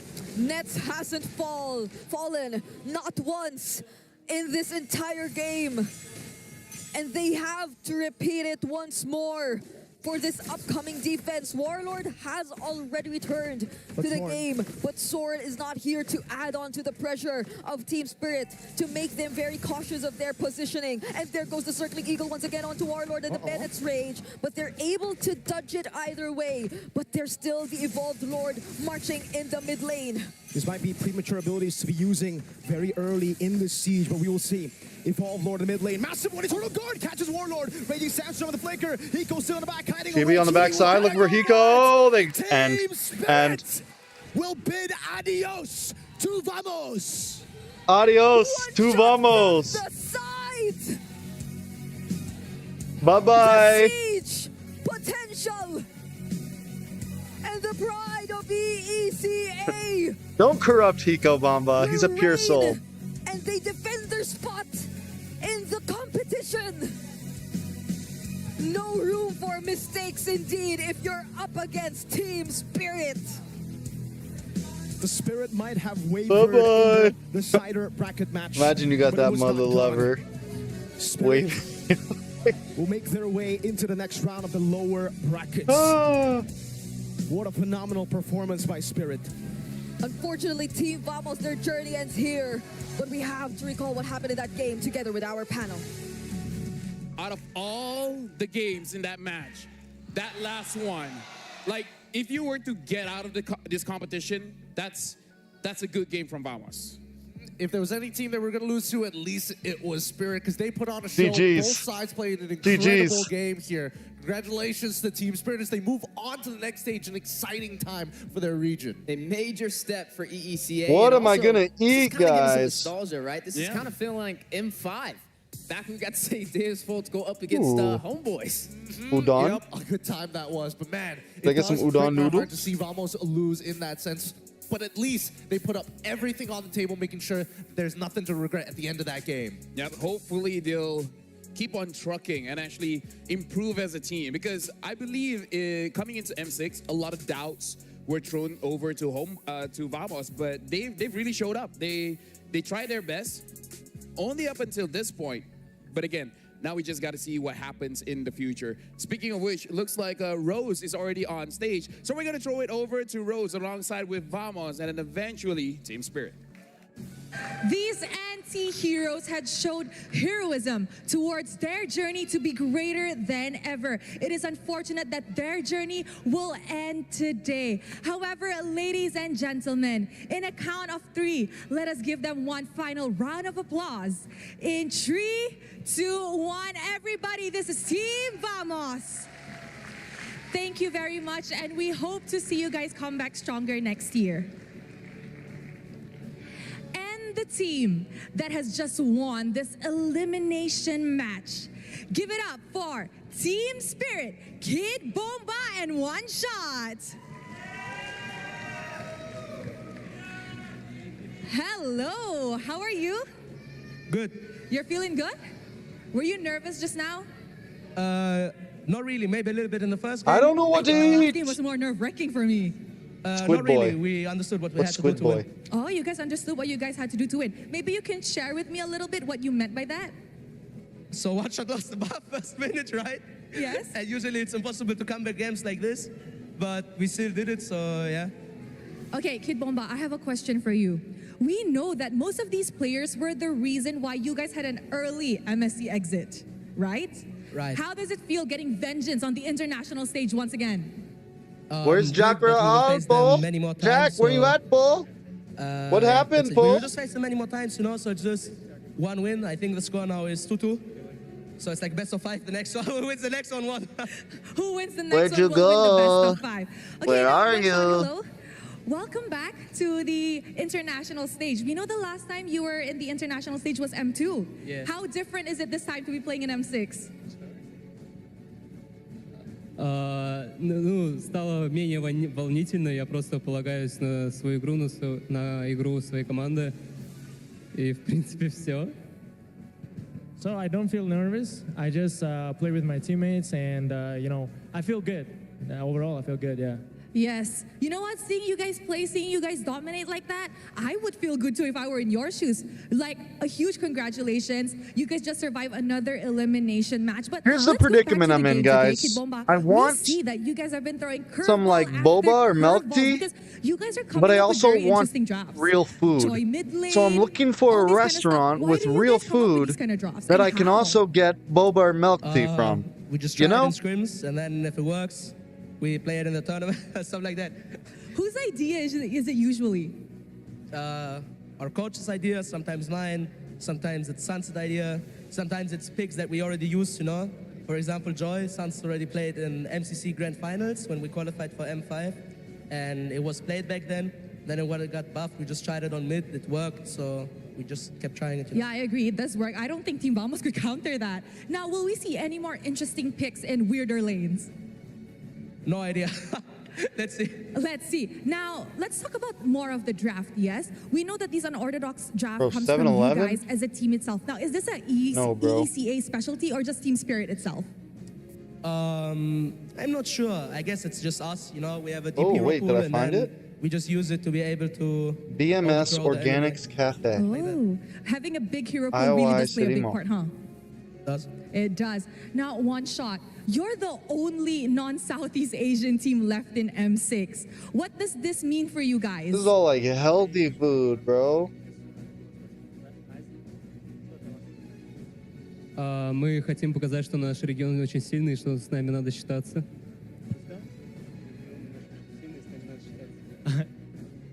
I want to prove that our region is pretty strong, so we continue playing better and better, you know. So you guys want to prove that EECA is not something to look down on, right? That's what he's trying to say. What if I just get like 20 dim sums, you could give a bro? final word to the fans who has come and support you guys. Thank you for supporting us. Even though we dropped through the lower bracket, we will keep trying our best. And our next game is us Falcons, so watch that match as well. And that's just about it. Thank you, everybody. Ooh.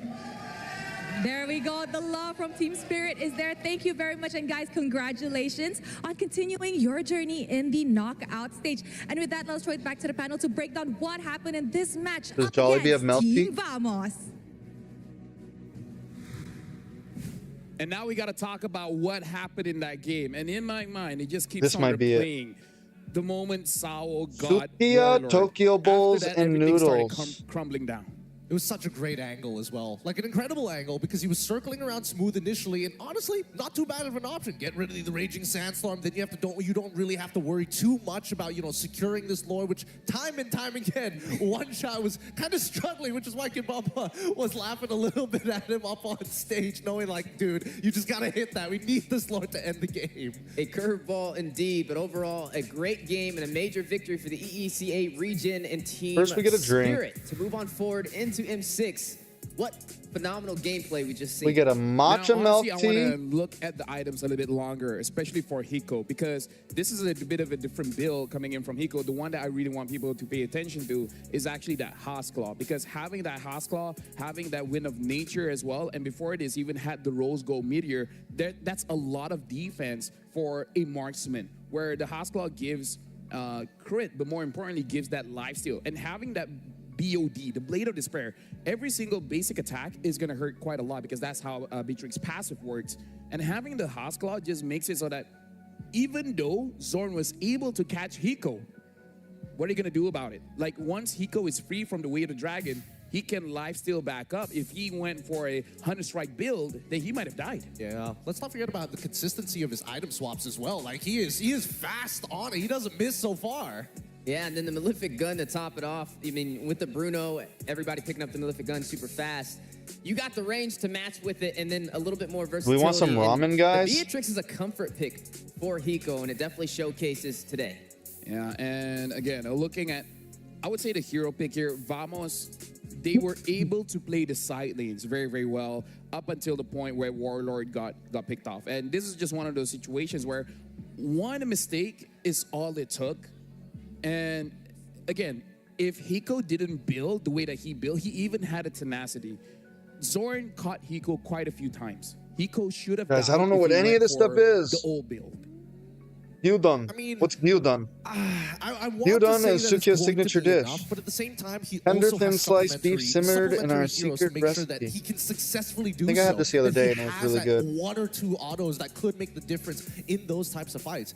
Number one, coming in from Sawo, Matilda, it's obvious. But most importantly, it has to be one shot. The utilization of the deadly catch has been used in many different ways. You walk up to that Lord, you're like, okay, when it gets low, we drop this ult, we walk alongside the Sharks, then we go for the retry. Or we use it to actually position it to save Hiko for some pretty terrible situations. So be able to be, you don't need to be as scared, right? Not to mention the Revitalize coming in from Kid Bomba made the early tomatoes slightly better, but generally, Vamos was not able to break apart their composition battle lines. And that was the most difficult bit, because Zorn, despite hitting so many of those Way of the Dragons, unfortunately, they didn't have enough people to actually follow up. And as soon as Warlord lost his position and got compromised, we're gonna it have was this. very difficult to start falling back.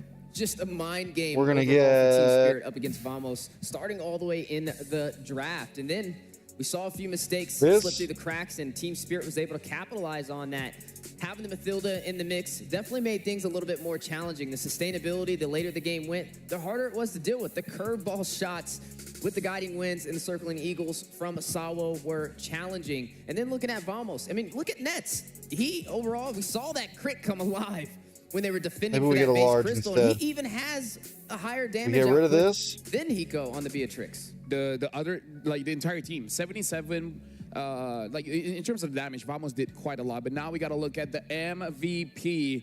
And let me just say, he got the Matilda all this while. It's only a matter of time until Sao gets the MVP. And Team Spirit again, gonna win the M6. very last match. We're pushing it now. Talk about game changing. We're pushing it. That was incredible. I mean, we've seen a lot They of gotta beat an Indo or impactful Filipino plays team coming in from first. Matilda players. Sawo now joining the ranks of them as well. With it. Again, most people wouldn't have seen that angle as well. The fact that he was able to get the Once knockup, they he do that, understands they will how much have my range he complete has, respect. Really shows mastery over the hero. Like a magician, like, look at this hand, and then the other hand does the magic. Yeah. I mean, Once they beat man, Indo Warlord, he didn't even Philippines see in a it best coming. of 3 He or thought, best of okay, I created 5, enough distance, right? Like, I'm already in the mid lane. Smooth is already by Pixel, bro. Past they Pixel, already bro. have my It's respect. totally fine. 2 M series in a And then the row, support system making it comes to in. top 8, Mr. EECA consecutively defeating a lot of made teams. multiple M series appearances. The only one he missed was M4. You heard Kid Bomba's promise, right? He wanted Sunset Lover and also Sawo to be able to make it to the grand stage, to be able to make it to Oxiata, and now they're one step closer to that dream. And now we got to look at the highlights of this game. And honestly, this game, there's a lot of highlights. Oh, but yeah. again, like, this is just one of those things. You just take one play, and then that kind of describes what really happened in the game. Yeah, but both compositions were pretty difficult to pull off, right? Team Spirit is expecting these responses from the side of Team Vamos, but if they group together, they give up side lane pressure. So it's this awkward balancing act between both teams as Vamos wants to be able to kind of pick apart the members from Team Spirit to create 4v5 advantages. And even so, despite everything that has happened, the likelihood for a team fight composition like Team Spirit is extremely high. With GB, with the rest of his team, creating not only opportunities of finding Hiko, but stealing away the Lords when it seems nearly and virtually impossible, helped drag this game longer. Oh, we're 24 cents over, bro. That was a problem, but again, we talked about it. We're before 24 cents over. Pick your poison. Do you want to ban out the Joy, or do you want? All right, to we ban just make out the this, Matilda? And Vamos pick their poison. Then they took out the Joy. We make which, this a again, regular looking at size. the game, it extended for quite Boom. a long time. Boom. So maybe it And was we the shoot right it. decision. I think this is the But best this is bang for my advantage buck when I've you have ever gotten. Too many problems. You can't ban all of No, them. I have a Yeah, you can't 60 ban all of them. RM There's only budget 5 bans for lunch, and then I have a 60 RM It's, budget for dinner. it's an So I have to interesting make my take, order and I fit think that, within the at least 60 from our RM side, budget. this is quite the learning So my experience goal for is to them. always We try see to get them as really close push to the all way 60 to the edge, RMs back as into the possible. corner. We didn't see their mental break, and they were still making plays like their personality. They've been playing all year just like this. So I'm at least glad that they are, you know, putting So now I everything shoot on the this table to say, over. hey, this is still us. We're not changing. We just need to polish it up some more. Going further, I'd love to see just the stats on the blue side versus the red side in terms of who's more victorious, because just off of this series alone, the blue side definitely got a buff. Or actually, no. They got Second a nerf. pick. Second Red pick. side. Yes. It's because it's blue on.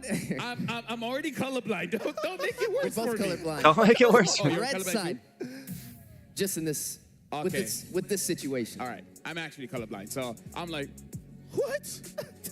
I can't tell heads and tails. But again, that is the matchup between Vamos going up against Team Spirit. And again, Team Spirit will be going up against Falcon. And this does mean that Team Vamos has been eliminated. We have more matches after this. But before that, we want to say thank you to everyone supporting M6. And we want to improve. We want to make sure that M6 is an experience that everyone can enjoy. And hopefully all of our upcoming events will be better. So make sure you guys scan the QR code and let us know how we can improve and what do you guys really want to see for the upcoming tournaments. And make sure you guys don't miss out the M6 Battle Night happening from December 28 up until 29. So it's just between those 2 days. Enjoy exclusive bonuses, including a limited time 25 epic skin trial and all hero free trial.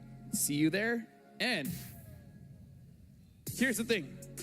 This game, I'm only able to hold myself because of Secret Lab. Because Gideon, let me just tell you, that was an interesting game to watch. Oh yeah, it's stressful, especially for those of you who are wondering, especially if you've got like the wide shoulders like us here at the desk. Let me tell you specifically about the Secret Lab Titan Evo. And I'm not talking about the Omega, I'm talking about the Titan. You can play better for longer with its ergonomic chair design, and it keeps you at the top of your game, just like our players playing up on that stage. All of them have a Secret Lab when they are playing in this competition here at M6. And it can be used for multiple different various uses. It's not even just for mobile game, PC game, and anything. Watching a movie, it's Rigo just said BTK should have been in. So treat they should have, bro. I don't know what they're, bro. Enjoy it by the best players. It really doesn't, bro. It's honestly crazy what the fuck happened. We do have one at home. Actually, I have one. Do you have two? Well, yes, I do have two. You won in your. I passed one to my girlfriend, and that was the M Series one from MSC, and I already purchased my own prior to that. I wonder if like it's crazy how they. Well, I'll tell you what, it's so comfortable that even with these engagements and these matches, took a game off of F-Not. But no, not in this chair. Took a game off of Falcon. Let's just sit down. Who just took. But anyways, right now we got to look. Who just brought F-Not to Game 5. What really happened after this matchup, and that's going to be all the matches for today. And then after losing game 2 to Falcon, they just bombed out of the rest of the Swiss, bro. We'll be going it's so up crazy. Falcon, which reminding everyone, Falcon pushed Fnatic Onyx Philippines to all 5 games. So Team Spirit, this is going to be a challenging matchup for them. But if they do that, they can go to Falcon might really be arena. dumb, bro. That's all I'm saying is Falcon might really be dumb. Going up against NIP Flash in another elimination match. As you guys can see, Vamos has been eliminated. The very first team actually to be ever since they from game 2 against Falcon, ever since they and honestly it felt like ever since they mispicked that fucking EECA as well as Singapore glue, notorious for knocking out Malaysia. They were off, bro. I mean, look, I've been to every single M series, and I've seen the downfalls and also the rises of Malaysian teams in other regions at the same time. What the commonality between them is somehow they all have a good matchup against Malaysian teams. Yeah, we'll have to see if what Vamos couldn't accomplish, their #1 seed, can SRG take down NIP Flash? If not...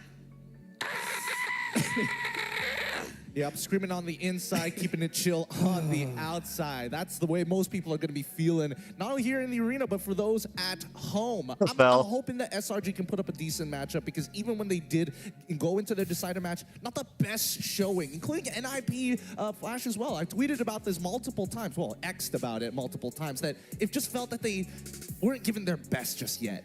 Let me just say, I'm not Daijobu after what happened in the first match. We're going to see what happens in the second match. Thank you very much, Gideon, as well as Steph Wheezy. But we're going for a quick break. Thank you to the casters as well. But after this, it's going to be Selangor Giants going up against NIP Flash.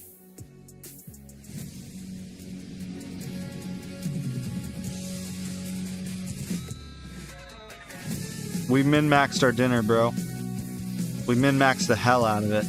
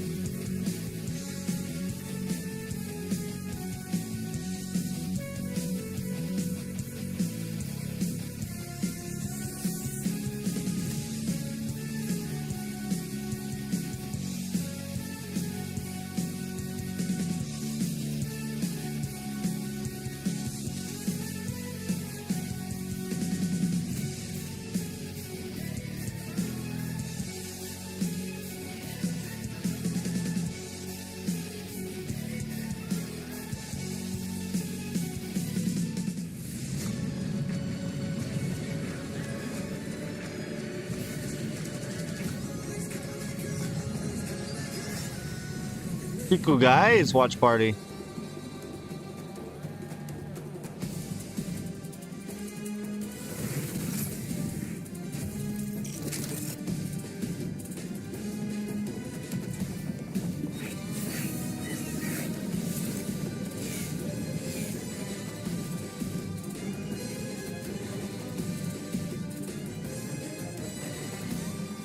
I think I'm gonna, guys, I'm probably gonna go eat my dinner here in a minute. So we might just watch the last games, not stream them. Sorry.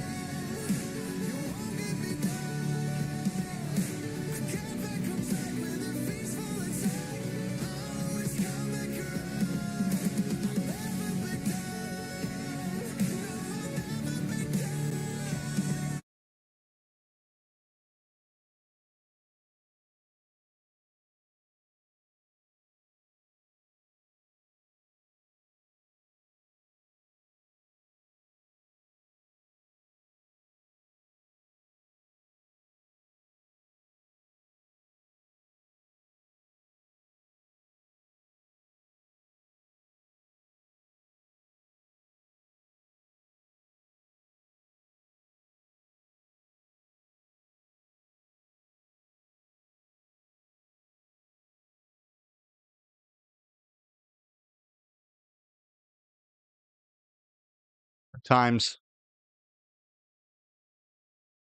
All right, guys, we're going to call it for now. Maybe we'll jump back in. We'll see. I don't know, but I want to eat some food.